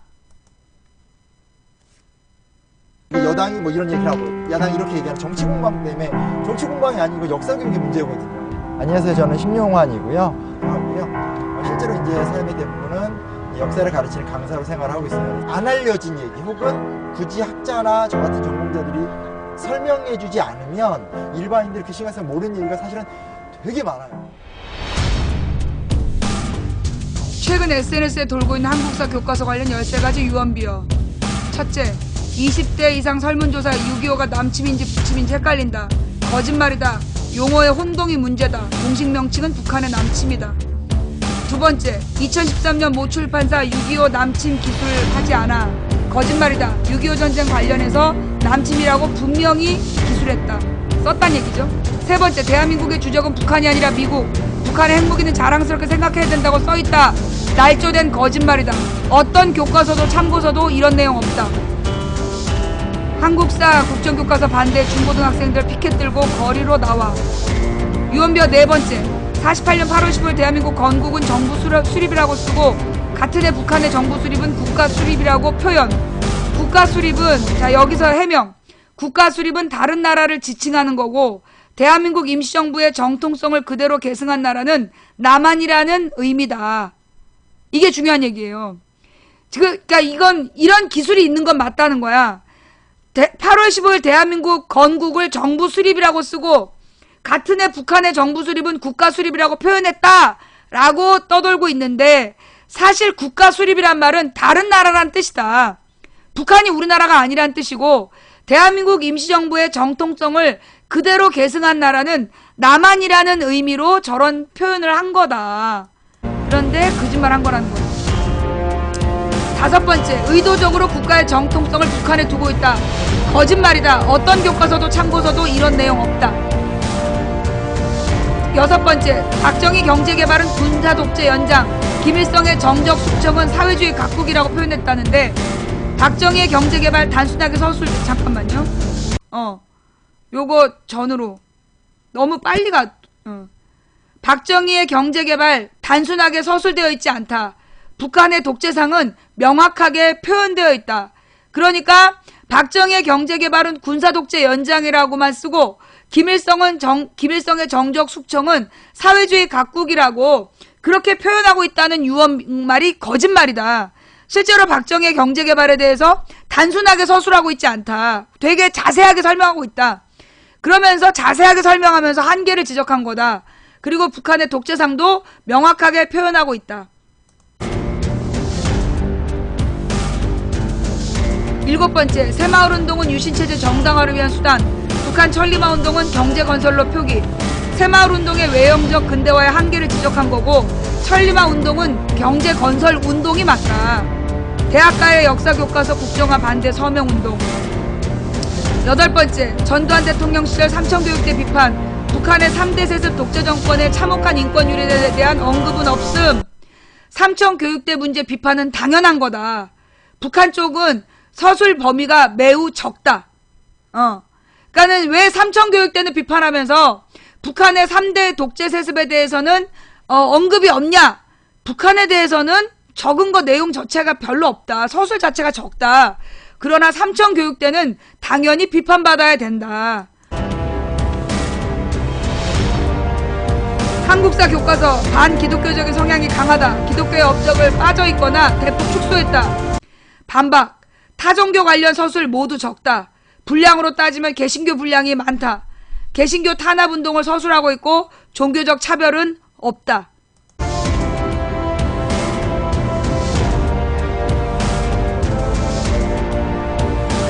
교육부 2013년 8종의 고교 한국 교과서 829건의 오류와 편향에 대해 수정 보완을 지시했지만 따르지 않고 있다. 반박. 이 반박이 중요한데, 시정 명령은 교학서 교과서가 문제가 되니까, 그때 교학서 교과서가 200몇십 개가 혼자서 틀렸어. 정부가 억지로 다른 교과서들에 대해서 시비를 걸어서 만들어낸 수정 요구사항이었다. 정부와 새누리당은 반대 여론에 불구하고 역사교과서 국정화를 강행하고 있다. 유언비어 11번째, 특정 지필진이 교과서 지필을 독점하는 구조, 전교조 소속 교사 10명이 포진되어 있다. 반박. 교과서 지필진 절반 이상이 대학교 교수다. 전교조 교사가 만들었다는 건 새빨간 거짓말이다.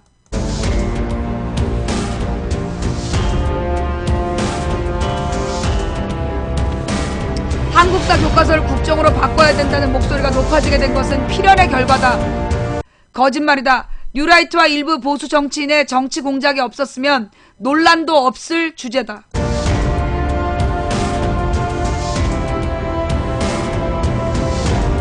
올바른 역사와 13번째, 올바른 역사와 진리의 토대 위에 북한 구원 통일한국을 이루어야 한다. 반박글. 이렇게 중상모략의 비방을 통해 하나님이 역사하실까요?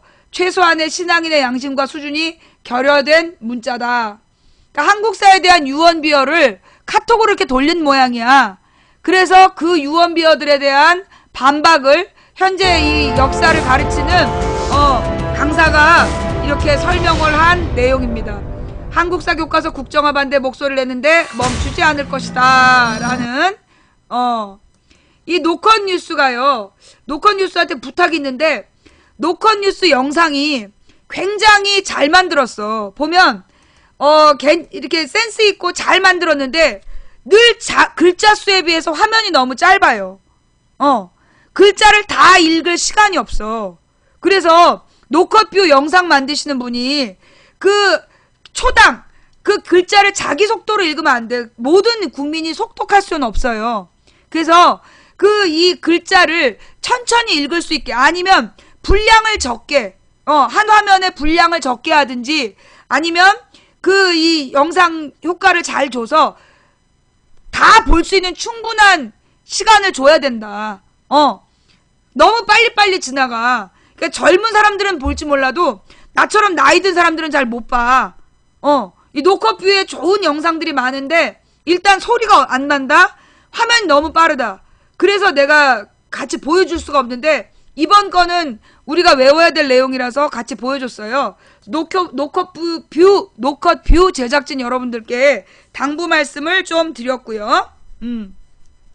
그러면 마지막으로 지금 이제 조기 취약제, 오늘 이제 온 나라에다가 또 핵폭탄 하나 던졌어. 조기 취약제.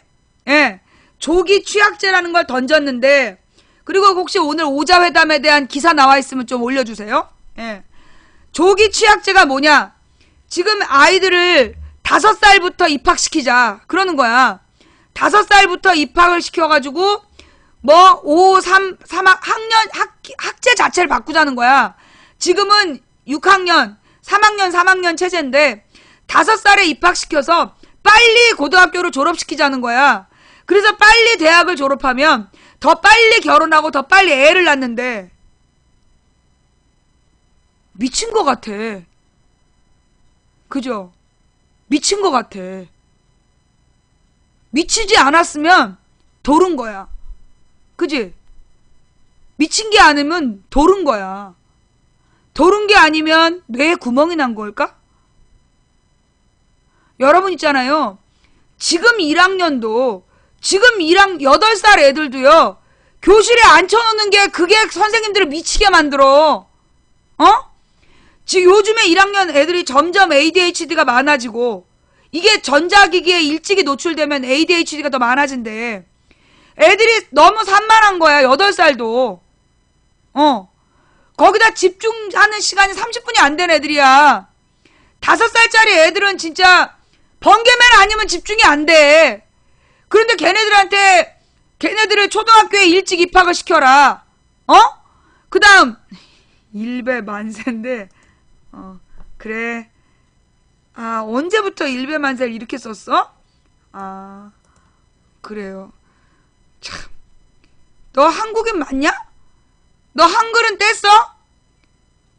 너 5살 때 한국어를 배웠냐? 아니, 5살 때 학교 들어갔어? 아, 나 진짜. 너는 너무 무식해서 블랙이야. 아, 네, 진짜. 어이가 없어갖고. 아니, 만세가 니은이은 많다 할 때 많지 않냐, 그건! 아, 나 진짜. 이 5살 때 애들 학교 보내면 애들이 저렇게 돼요. 자, 그럼 이 얘기가 왜 나왔을까요? 지금 이 5살 입학제가 왜 나왔냐 하면, 첫 번째는, 이 말도 안 되는 얘기가 왜 나왔냐 하면, 첫 번째는, 국정교과서 사태가 날마다 심해지고 있어. 그러니까 어떻게든지, 국정교과서보다 더 큰 충격파를 던진 거야.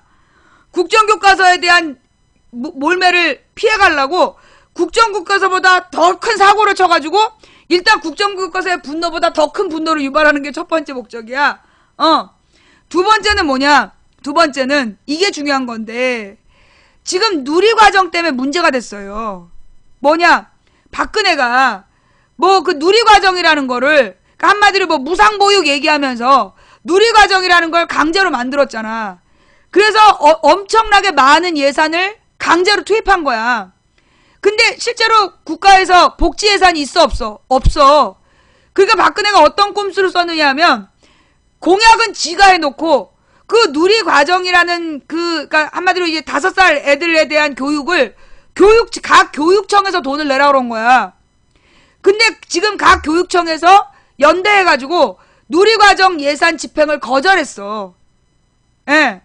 지금 모든 교육청에서 단결해가지고, 교육감 연석회의를 해가지고, 모든 교육감들이 지금 교육청 예산도 부족한데, 왜 우리가 박근혜 예산에 대한 박근혜 공약의 예산을 교육청이 내야 되냐. 그래서 이 지방교육청이 없는 예산으로 더 이상 누리과정을 감당할 수 없다. 그래서 누리과정 예산을 전면 거부를 해버린 거야. 그래서 지금 누리과정 예산이 누리과정 자체가 날아가게 생겼어. 그러니까 그 충격파를 요 5살 입학제로 물타기 하는 중이야. 그러면서 이제 교육감들이 나쁜 놈들이다 이런 얘기를 하고 싶은 거겠지. 그게 이제 첫 번째는 국정교과서에 대한 비난을 한번 피해보자. 다른 충격파를 던져서. 근데 두 번째로는 지금 그 누리과정에 대한 예산을 갖고 오지 못하는 문제를 이런 식으로 또 국민한테 교육청에 떠넘기고 국민들에게 혼란으로 떠넘겨서 자기가 잘못된 공약을 내세우고 아니면 그 공약을 집행하려면 방법이 없냐? 있어요. 어떤 방법? 재벌들한테 깎아준 세금만 제대로 거두면 돼. 이명박 때 깎아준 재벌 세금만 제대로 거두면 누리과정 충분히 할 수 있어. 그런데 박근혜가 뭐라 했어? 재벌에 대한 세금은 절대로 올리지 않잖아. 계속 깎아주고 있는 거야. 그래서 누리과정에 대한 예산이 없는 건데 그걸 교육청에다 떠넘기다가 교육청도 돈 없다고 그러니까 5살에 입학시키라고 지금 개젖받는 소리를 하고 있는 거야. 근데 내가 볼 때는 이런 주장을 하고 걔한테 가서 젖 주세요. 그럼 걔들이 네 새끼들은 개젖빨 자격도 없어 새끼들아. 그러면서 쥐젖이나 빨아 그럴 것 같아. 그지? 지금 이 정부에서 이 지네들이 친 사고를 똥을 싸고 뭉갠 걸 다시 퍼뜨리고 그러다 안 되니까 이제 5살 입학제를 떠벌리고 있는 우리 정부의 자세를 보는 건 개젖빠는 자세라고 내가 생각했는데 걔들이 니들은 개젖빨 자세다 자격도 없어 새끼들 와서 쥐젖이나 빨어 그럴 것 같아. 이런 쥐젖빠 새끼들 쥐젖이나 빠를 새끼들아 정신말을 어디다 둔 거야? 지금 말이에요. 새누리당 지지자들이 하는 말들이 새누리당에서 나오는 말들이 애들이 청소년 자살률이 많은 게 역사 교과서 때문이래. 그러면 노인 자살률 많은 건 뭐 때문이냐? 청소년 자살률이 1위인 이유가 역사 교과서 때문이래. 그러면 노인 자살률이 많은 이유는 뭐 때문이냐? 사극 때문이냐? 아 진짜 쥐젖을 빨아 쥐젖을! 아 미친 것 같아 진짜! 또 애들이 대학을 일찍 졸업하면 일찍 결혼한다고 누가 그래? 지금 저출산 문제는 지금 저출산 문제는 애들이 졸업을 늦게 해서가 아니라 취업이 안 돼서잖아. 청년 일자리를 만들어야지. 대학 졸업을 일찍 시키면 빨리 결혼한다고 누가 그래? 이러면 이제 쥐들이 내 젖은 젖이 아니냐? 꺼져라. 쥐젖도 안 줄 것 같아. 쥐젖도. 그지? 쥐젖도 안 줄 것 같아. 쥐젖도. 뭐하는 짓거리들이야 지금. 지금 문제는요. 청년 실업률을 없애는 문제. 어떻게 하면 되느냐? 해외에 공장 짓지 말고 우리나라 안에 공장 짓고 그리고 그 노동자들을 일자리를 줄이면 되는 거야. 노동 시간을 줄이면 돼. 1인당 노동시간 12시간을 8시간으로 줄이잖아. 그러면 지금의 노동자들보다 30%의 일자리가 늘어난다고. 10만 개면 3만 개가 늘어나는 거고 20만 노동자라면 6만 개 노동자가 늘어나는 거야. 지금 노동자가 200~300만이다. 그러면 100만 개의 일자리가 늘어나는 거야. 노동시간을 줄이면. 옛날에 노무현 때까지는 다 8시간 3교대였는데 이명박 때 아주 자연스럽게 12시간 막교대로 변해버렸어. 그래서 일자리가 없는 거야. 그리고 공장 노동하는데 대학 졸업장 요구하지 마, 10세들아. 아니 공장에서 노동하는데 대학 졸업장 왜 필요해? 그리고 사무직 노동자 숫자가 줄어든 이유는 뭐 때문이라 했어? OA 시스템, 사무 자동화 시스템 때문에 더 이상 사무직 노동자들이 없어진 거예요. 그러면 사무직 노동자들이 사라졌으니 그만큼 변화된 시점을 이해해서 옛날에 존재하지 않았던 일자리들이 지금 생기고 있잖아. 전 세계에서 웹툰 작가는 우리나라에밖에 없대. 그 얘기 들었어요? 전 세계에서 웹툰 작가는 우리나라밖에 없다는 거야. 왜냐면 인터넷으로 만화를 보는 문화가 우리나라밖에 없대. 나는 미국, 일본도 웹툰이 없는지 몰랐어. 전 세계에서 웹툰 작가는 우리나라밖에 없다는 거야.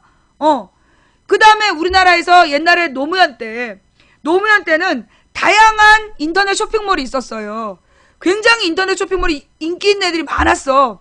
그런데 인터넷 쇼핑몰이 몽땅 망한 이유가 뭐였냐면 이명박이 인터넷 쇼핑몰에 대해서 세금을 너무 많이 때린 거야. 세금을 너무 많이 때리고 돈의 흐름을 추적을 해가지고 과다한 세금을 걷게 됐어. 그러면서 그 인터넷 쇼핑몰들이 굉장히 많이 문을 닫게 됐어요. 그리고 축소되고 살아남은 사람이 별로 없게 된 거야. 그 다음에 무엇보다 지금 전체적으로 노동자들의 임금이 내려갔기 때문에 소비가 줄어든 거. 그래서 쇼핑몰들이 다 망한 거야. 우리는 인터넷이라는 환경이 전 세계에서 가장 발달된 나라예요. 안 믿는 사람들이 있는데 국가적인 차원에서 국민 3천만 명, 그러니까 국민의 60, 70%가 네티즌인 나라는 우리나라밖에 없어. 우리 국민의 60, 70%가 네티즌이잖아. 우리 할아버지 할머니들도 컴퓨터로 뉴스 검색하시고 그래요. 노인정에도 다 컴퓨터가 있어. 그런 나라가 우리나라밖에 없다고. 내가 유럽을 돌아봐서 알아. 유명한 외국 선진국들도 그렇게 인터넷이 발달되어 있지 않아요. 우리나라처럼 모든 애들이 스마트폰을 갖고 있지 않아. 전 유럽에서는 스마트폰 가진 애들이 거의 없어요. 왜? 모바일 인터넷이 안 돼. 모바일 인터넷이 거의 안 되기 때문에 청소년들은 스마트폰을 갖지 않는 문화야. 오로지 우리나라는 인터넷이 전 세계에서 인터넷망이 가장 잘 돼 있고 인터넷 접속 환경이 가장 잘 돼 있는 나라가 우리나라예요. 그럼 우리는 이 IT 문화 속에서 우리 청년들이 뭔가 진취적으로 하려고 그럴 때 방해하지 말아야 돼. 뭔가 애들이 아이디어가 있으면 여러분, 내가 며칠 전에 기가 막힌 얘기를 들었어. 박근혜 정부나 여보세요? 신경민 의원실에서 전화가 왔는데 지금 이제 어저께 또 저기 뭐였어? 국정감사의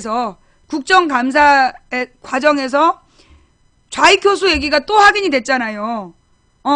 신경민 의원이 좌익교수를 또 물고 늘어진 거야. 그래서 국정원 직원을 불러다가 좌익교수 지금 어떻게 됐냐? 잘렸냐? 잘린 게 아니라 도리어 지금 대공 업무를 맡고 있다는 거야. 그게 어제 국회에서 보고가 됐대요. 그래서 그 내용을 신경민 의원이 다시 한번 확인해 준 거야. 그러니까 좌익교수가 국정원 직원이라는 걸 신경민 의원이 벌써 2번이나 공식적으로 확인을 해준 거야. 그런데 망치 부인의 1심 민사재판에서 내가 패소를 했어. 내가 좌익교수가 우리 딸과 나에 대해서 폭력을 행사한 거에 대해서 국가가 책임지라고 했는데 1심 법원에서 요구한 게 뭐냐, 주장한 게 뭐냐, 좌익교수가 국정원 직원이라는 증거가 없다. 그래서 원고 패소다. 그러니까 나더러 돈을 물어내라. 그래서 1심 패소 비용 600만 원 물어내라. 그런 거야. 근데 그 얘기를 듣고 신경민 의원이 열받아가지고 신경민 의원이랑 김광진 의원이랑 몇몇 의원들이 국감장에서 정보위에 들어가서 그 좌익교수 문제를 내 이야기를 하면서 망치 부인이 패소했다. 그거 너 국정원 직원 좌익교수 맞지 않냐? 이 얘기가 오고 갔다는 거예요. 예. 그래서 그 부분에 대해서 제가 혹시 그때 정확한 내용이 어떤 얘기가 있었는지, 그리고 이 신경민 의원께 나의 2심 재판을 도와달라. 왜냐하면 이 좌익교수가 국정원 직원인 건 이미 2번이나 확인된 거야. 국회라는 국가 정부기관에서 국정원을 통해서 공식적으로 확인된 내용이야. 근데 내가 지금 증인 신청을 요구하려고. 예. 그 다음 좌익 교수가 개인적 일탈이었다. 그럼 잘라야지. 어? 좌익 교수가 나한테 그런 짓을 한 게 개인적 일탈이었으면 그 새끼를 잘라야 될 거 아니야. 그년인지 그 새끼인지. 그런데 여전히 안 자르고 여전히 일을 시켰다는 얘기는 뭐겠어요? 국정원의 모하에 동의하에 했단 일 아니야. 그러니 이건 국가가 책임을 질 문제지. 안 그래? 내가 어제 꿈에 저기 화장실 꿈꾼 게 국정원 이거 밝혀지려 그랬나봐. 그래서 지금 이제 CBS에서 기사가 또 났다면서요? 이 망치 부인 좌익 교수 기사가 또 났대요. 예, 어제 인터뷰한 게 그 CBS 기사였는데, 지금 이제 검찰에서는 뭐라 그러냐면, 법원에서 좌익 교수가 국정원 직원이라는 거를 한 번도 요구하지 않았다는 거야. 법원에서 검찰로 증거를 요구하지 않았다는 거야. 그래서 우리 책임이라고 또 발을 빼고 있다는 거예요. 이런 연병? 아니 이미 언론에서 좌익 교수가 국정원 직원이라는 게 밝혀진 다음에 우리가 고소를 했는데 우리가 왜 좌익 교수가 국정원 직원인 걸 입증을 해야 되냐고. 우리가 국정원 직원이 좌익 교수라는 걸 증명하는 서류를 요청한 적이 없기 때문에 우리 책임이래. 진짜 씨발 아니냐? 하여간 그래 잘했어. 너네 잘한 거야. 이거 국정원 이 좌익 교수 그래 네가 아주 그냥 끓는 물에 성냥불을 그어 던졌어. 두고 봐 어떻게 되나. 예, 내가 지금 재판 중이기 때문에 내가 그 당분간 조용히 있는데 우리 조금 이따 대책회의 할 거예요. 대책회의에서 죽었어 너네. 두고 봐. 자 그다음 그래서 원론으로 돌아가면 지금 이 정부에서 조기 입학제를 추진하는 배경이 결국 누리과정 때문이다. 누리과정이라는 무리한 정책을 그것도 부자들에게 걷어야 될 세금을 걷지 않고 그 세금은 깎아주면서 세입이 줄어드니까 세금으로 들어오는 돈이 줄어드니까 지출을 낮추려고 꼼수를 부리다가 지금 국민들을 기함에 토하게 하고 있는 거 아니야. 그러면서 또 하나 드는 생각이 뭐냐면요. 지금 이번에 국정교과서 문제도 그렇고 조기 입학제도 그렇고 사실 교육이라는 문제는 내가 뭐라 그랬어요. 우리 학생들은 모두 세자라고 그랬잖아. 지금 대한민국에서 자라나고 있는 청소년들은 모두 세자예요. 무슨 얘기냐? 그들이 성인이 되면 국가의 주인인 국민이 되는 거야. 그럼 국가의 주인이 되는 국민들이 그들이 어떤 선택을 하느냐에 따라서 우리의 노후가 결정된다고요. 그래서 교육을 100년지 대계라고 부르는 거야. 100년에 걸친 계획이다. 그런데 지금 이 새누리당과 정부는 뭐에 대해서 국사교육이나 조기 입학제나 너무 아무렇지도 않게 지들의 정치적인 그 어려움을 극복하는 방패나 가면 정도로 너무나 아무것도 아닌 걸로 치부하고 있다는 거야. 국민들이 들고 일어나서 본때를 좀 보여줘야 돼요. 자, 오자회담 결과가 어떻게 나왔습니까? 예. 오자회담 결과가 어떻게 나왔어요? 그 오자회담 결과가 야당 국정원 댓글러 좌익 교수 원직 복귀에 발끈. 이게 어제 나온 기사예요?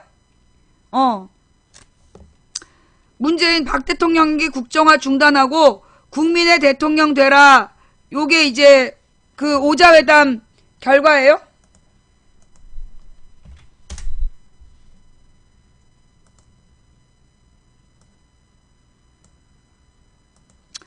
문재인 박 대통령에게 국정화 중단하고 국민의 대통령 되라. 청와대의 비공개 묵살하고 전문 공개. 경제 외교 안보 모두 심각. 문재인 새정치민주연합 대표는 22일 오후 박근혜 대통령과의 오자회동에서 역사교과서 국정화를 중단하고 경제와 민생을 돌봐주기 바란다며 즉각적인 국정화 중단을 촉구했다. 청와대는 이날 회담 시작 후 4분가량 환담 부분만 공개하며 문 대표의 모두 발언조차 공개하지 않는 등 철저한 비공개로 일관했으나 이에 맞서 새정치연합은 문 대표의 모두 발언 전문을 공개했다. 문 대표는 작금의 경제위기로 민생이 파탄 직전임을 지적하면서 박 대통령이 왜 한국사 교과서 문제로 국론을 분열시키는가를 신랄하게 질타했다. 지금 오늘 오후 2시에 있었던 거죠? 3시였나? 오늘 오후 2시에 있었던 일이죠?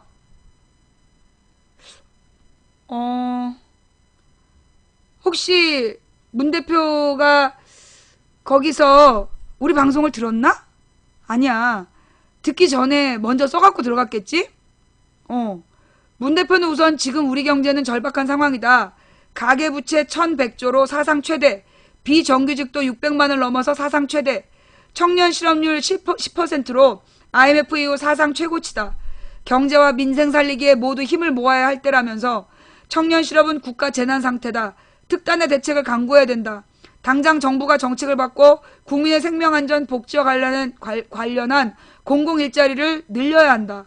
청년 고용 촉진 특별법을 개정해서 민간 대기업도 청년 고용을 늘리도록 의무화하고 노동시간 단축을 통해 잠깐만.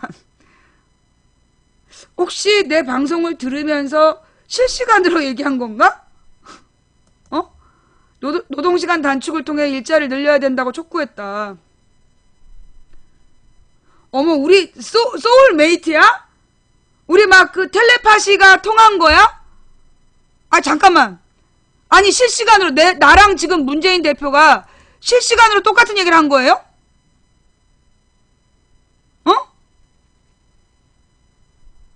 이 기사가 언제 나왔어? 4시 45분.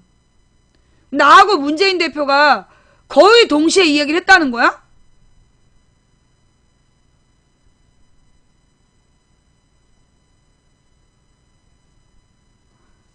내가 느끼는 게 있어. 뭐냐 하면요. 이런 거, 문 대표가 천주교 신자지. 문 대표가 천주교 신자로 알아. 이게 바로 하나님께서 동시에 우리에게 같은 말을 하게 하신 거예요. 나 소름 끼치는 거 봐. 나 지금 딱 소름이 쫙 끼쳤어, 지금.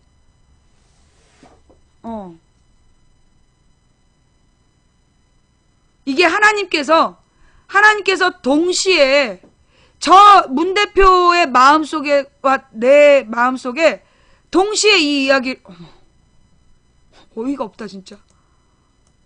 아니, 잠깐, 이거 혹시 내 방송 녹취록 아니야? 내 방송, 좀 고급지다. 표현이 조금 고급진 걸로 봐서 녹취록은 아니다.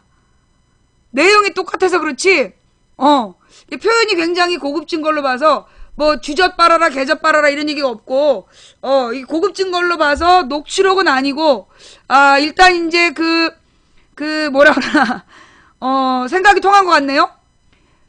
문 대표는 이어서 빚내서 집사라는 부동산 대책은 전월세 집값만 폭등시키고 서민은 고통스럽다며 살인적인 전월세 대란을 거론한 뒤 작년에 부동산 3법을 합의 처리할 때 공공임대를 10% 수준으로 확대하겠다고 약속했는데 지켜지지 않고 있다. 그 약속을 지켜야 된다. 정부의 부동산 정책 기조를 부동산 거래 활성화해서 전월세 안정화로 바꿔야 서민들의 주거난을 해결할 수 있다고 강조했다. 또 가계부채 증가로 국민의 삶이 더 궁핍해지고 있다. 가계소득이 늘어야 소비가 늘고 내수가 살아난다. 부채주도 성장이 아니라 소득주도 성장으로 경제 기조를 전환해야 한다며 경제정책 방향 전환도 요구했다. 내가 말하지 않는 부동산 3법 이런 전문 용어도 들어갔고 녹취록은 확실히 아니야. 녹취록은 확실히 아닌데 주제는 비슷해. 그지? 주제는 거의 똑같은데 전문 용어가 들어갔네. 문 대표는 이어 화제를 국정화로 돌려 국민의 간절한 요구는 경제 살리기와 민생에 전념하라는 것이다. 우리 당은 초당적으로 협조할 준비가 되어 있다면서 그런데 이렇게 경제가 어려운 시기에 왜 대통령께서 역사교과서 국정화에 매달리는지 이해할 수 없다고 직격탄 날렸다. 경제 문제를 얘기하고 국정화 문제를 얘기해라. 지금 지금 나만 당황한 거예요? 지금 나만 당황한 거야? 난 분명히 얘기하는데, 문재인 대표의 모두 발언 준비하는 사람들하고 난 모르는 사람이야. 몰라. 전혀 몰라.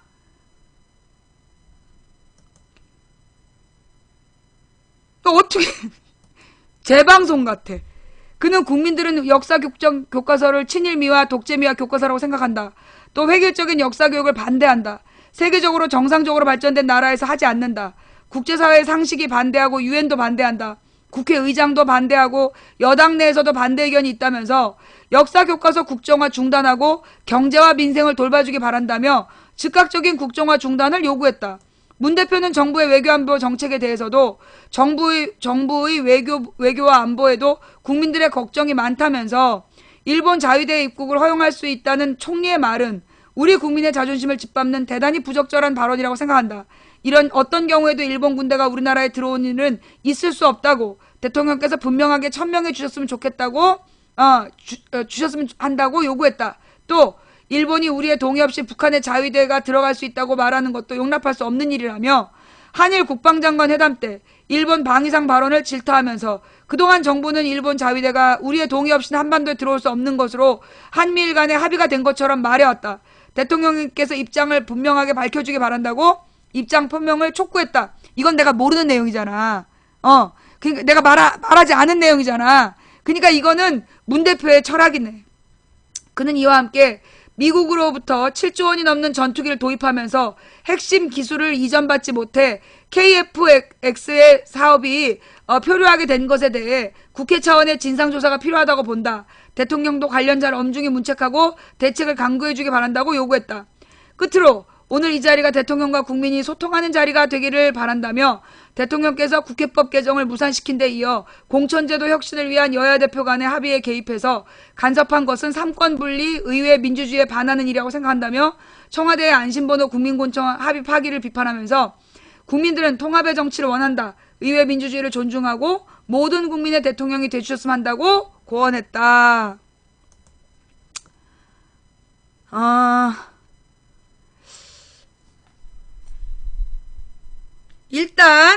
일단 우리 방송을 그대로 베낀 건 아니다. 우리 방송보다 내용이 풍부하다. 예, 풍부한 내용이고 내용 준비를 충실히 해서 들어간 거는 맞는 것 같다. 그런데 안타깝다. 아마도 앞에 앉은 여자는 못 알아들었을 것 같다. 예, 아마 앞에 앉아있던 여자는 뭔 말인지 못 알아들었을 가능성이 꽤 높다. 그래서 참으로 안타깝다. 예. 내가 정치를 못하는 이유, 내가 만약에 문 대표 자리에 앉아있었으면 그랬을 거야. 지금 경제가 이 꼬라진데 무슨 국정교과서야. 가서 계젓이나 빨어.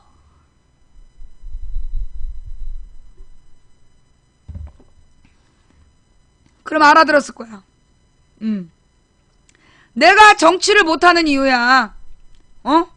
내가 만약에 문 대표 자리에 앉아서 마주 앉아있다. 지금 나라 꼴이 이 모양인데 어디서 국정교과서 이 개쇼야 지금. 가서 계젓이나 빨어! 라고 얘기를 한다든가. 아마 그래서 나는 방송을 하고 문 대표는 문 대표를 하는 것 같아요. 네. 예. 걔가 계젓빨 자식 자격도 없다 해서 쥐젖을 빨라 그러겠지? 좌우지간 지금 우리 정부가요. 여러분들 깨달아야 돼. 이게 단순히 누가 그러더라고. 왜 이렇게 박근혜를 미워하냐고. 나는 솔직히 박근혜가 밉지 않아. 나는 진짜 박근혜가 밉지 않아. 웃겨. 정말 웃겨. 나는 우울할 때 박근혜랑 시진핑 사진 찍는 그 영상을 자꾸 봐.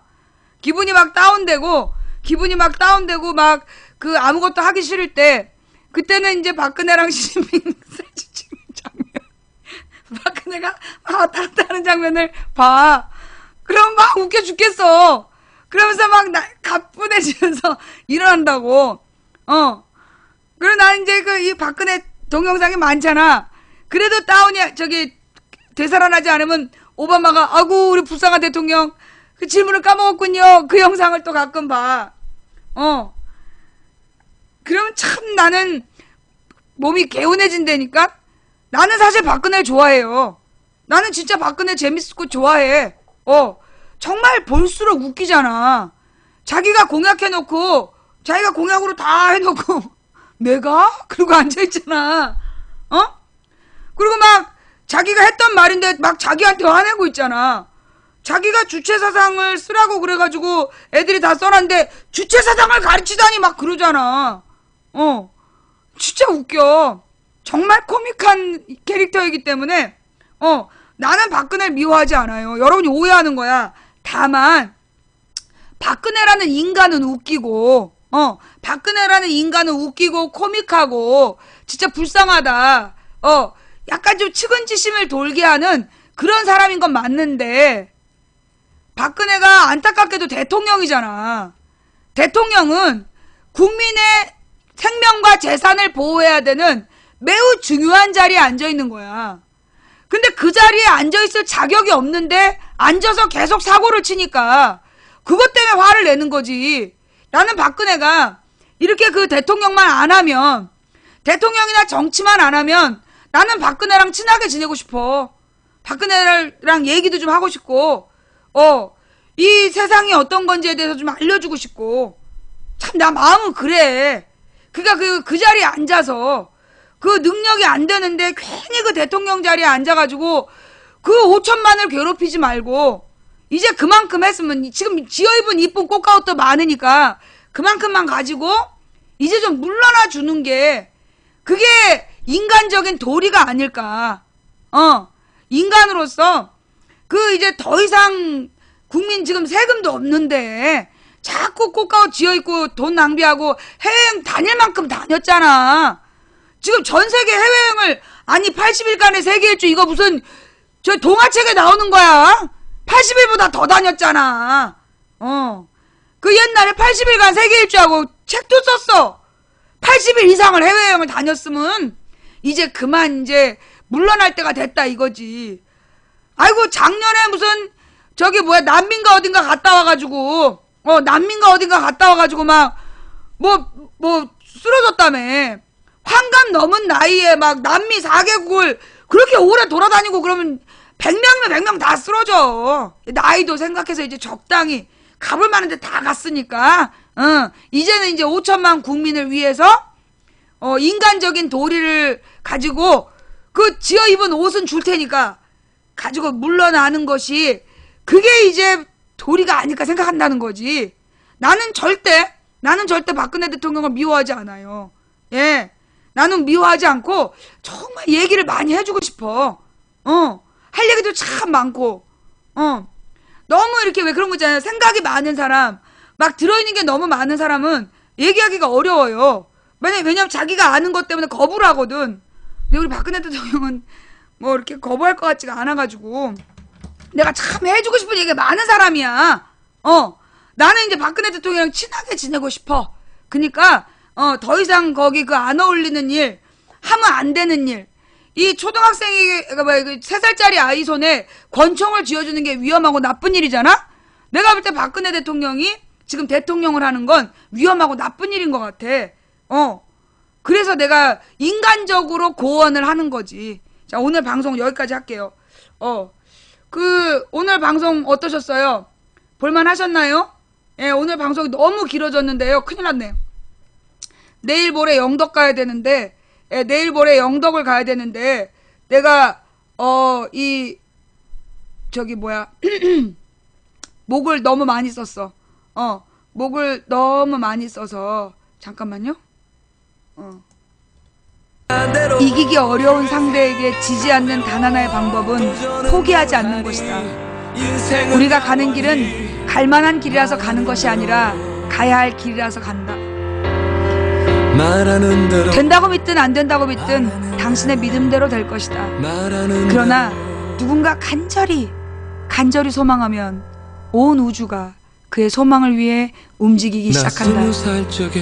오늘도 함께해 주신 모든 분들께 감사드리고 내일 낮 2시에 만나서 또 똑같은 꿈을 꾸었으면 좋겠습니다. 지금까지 도봉구 창동사는 불량주부 망치부인이었습니다.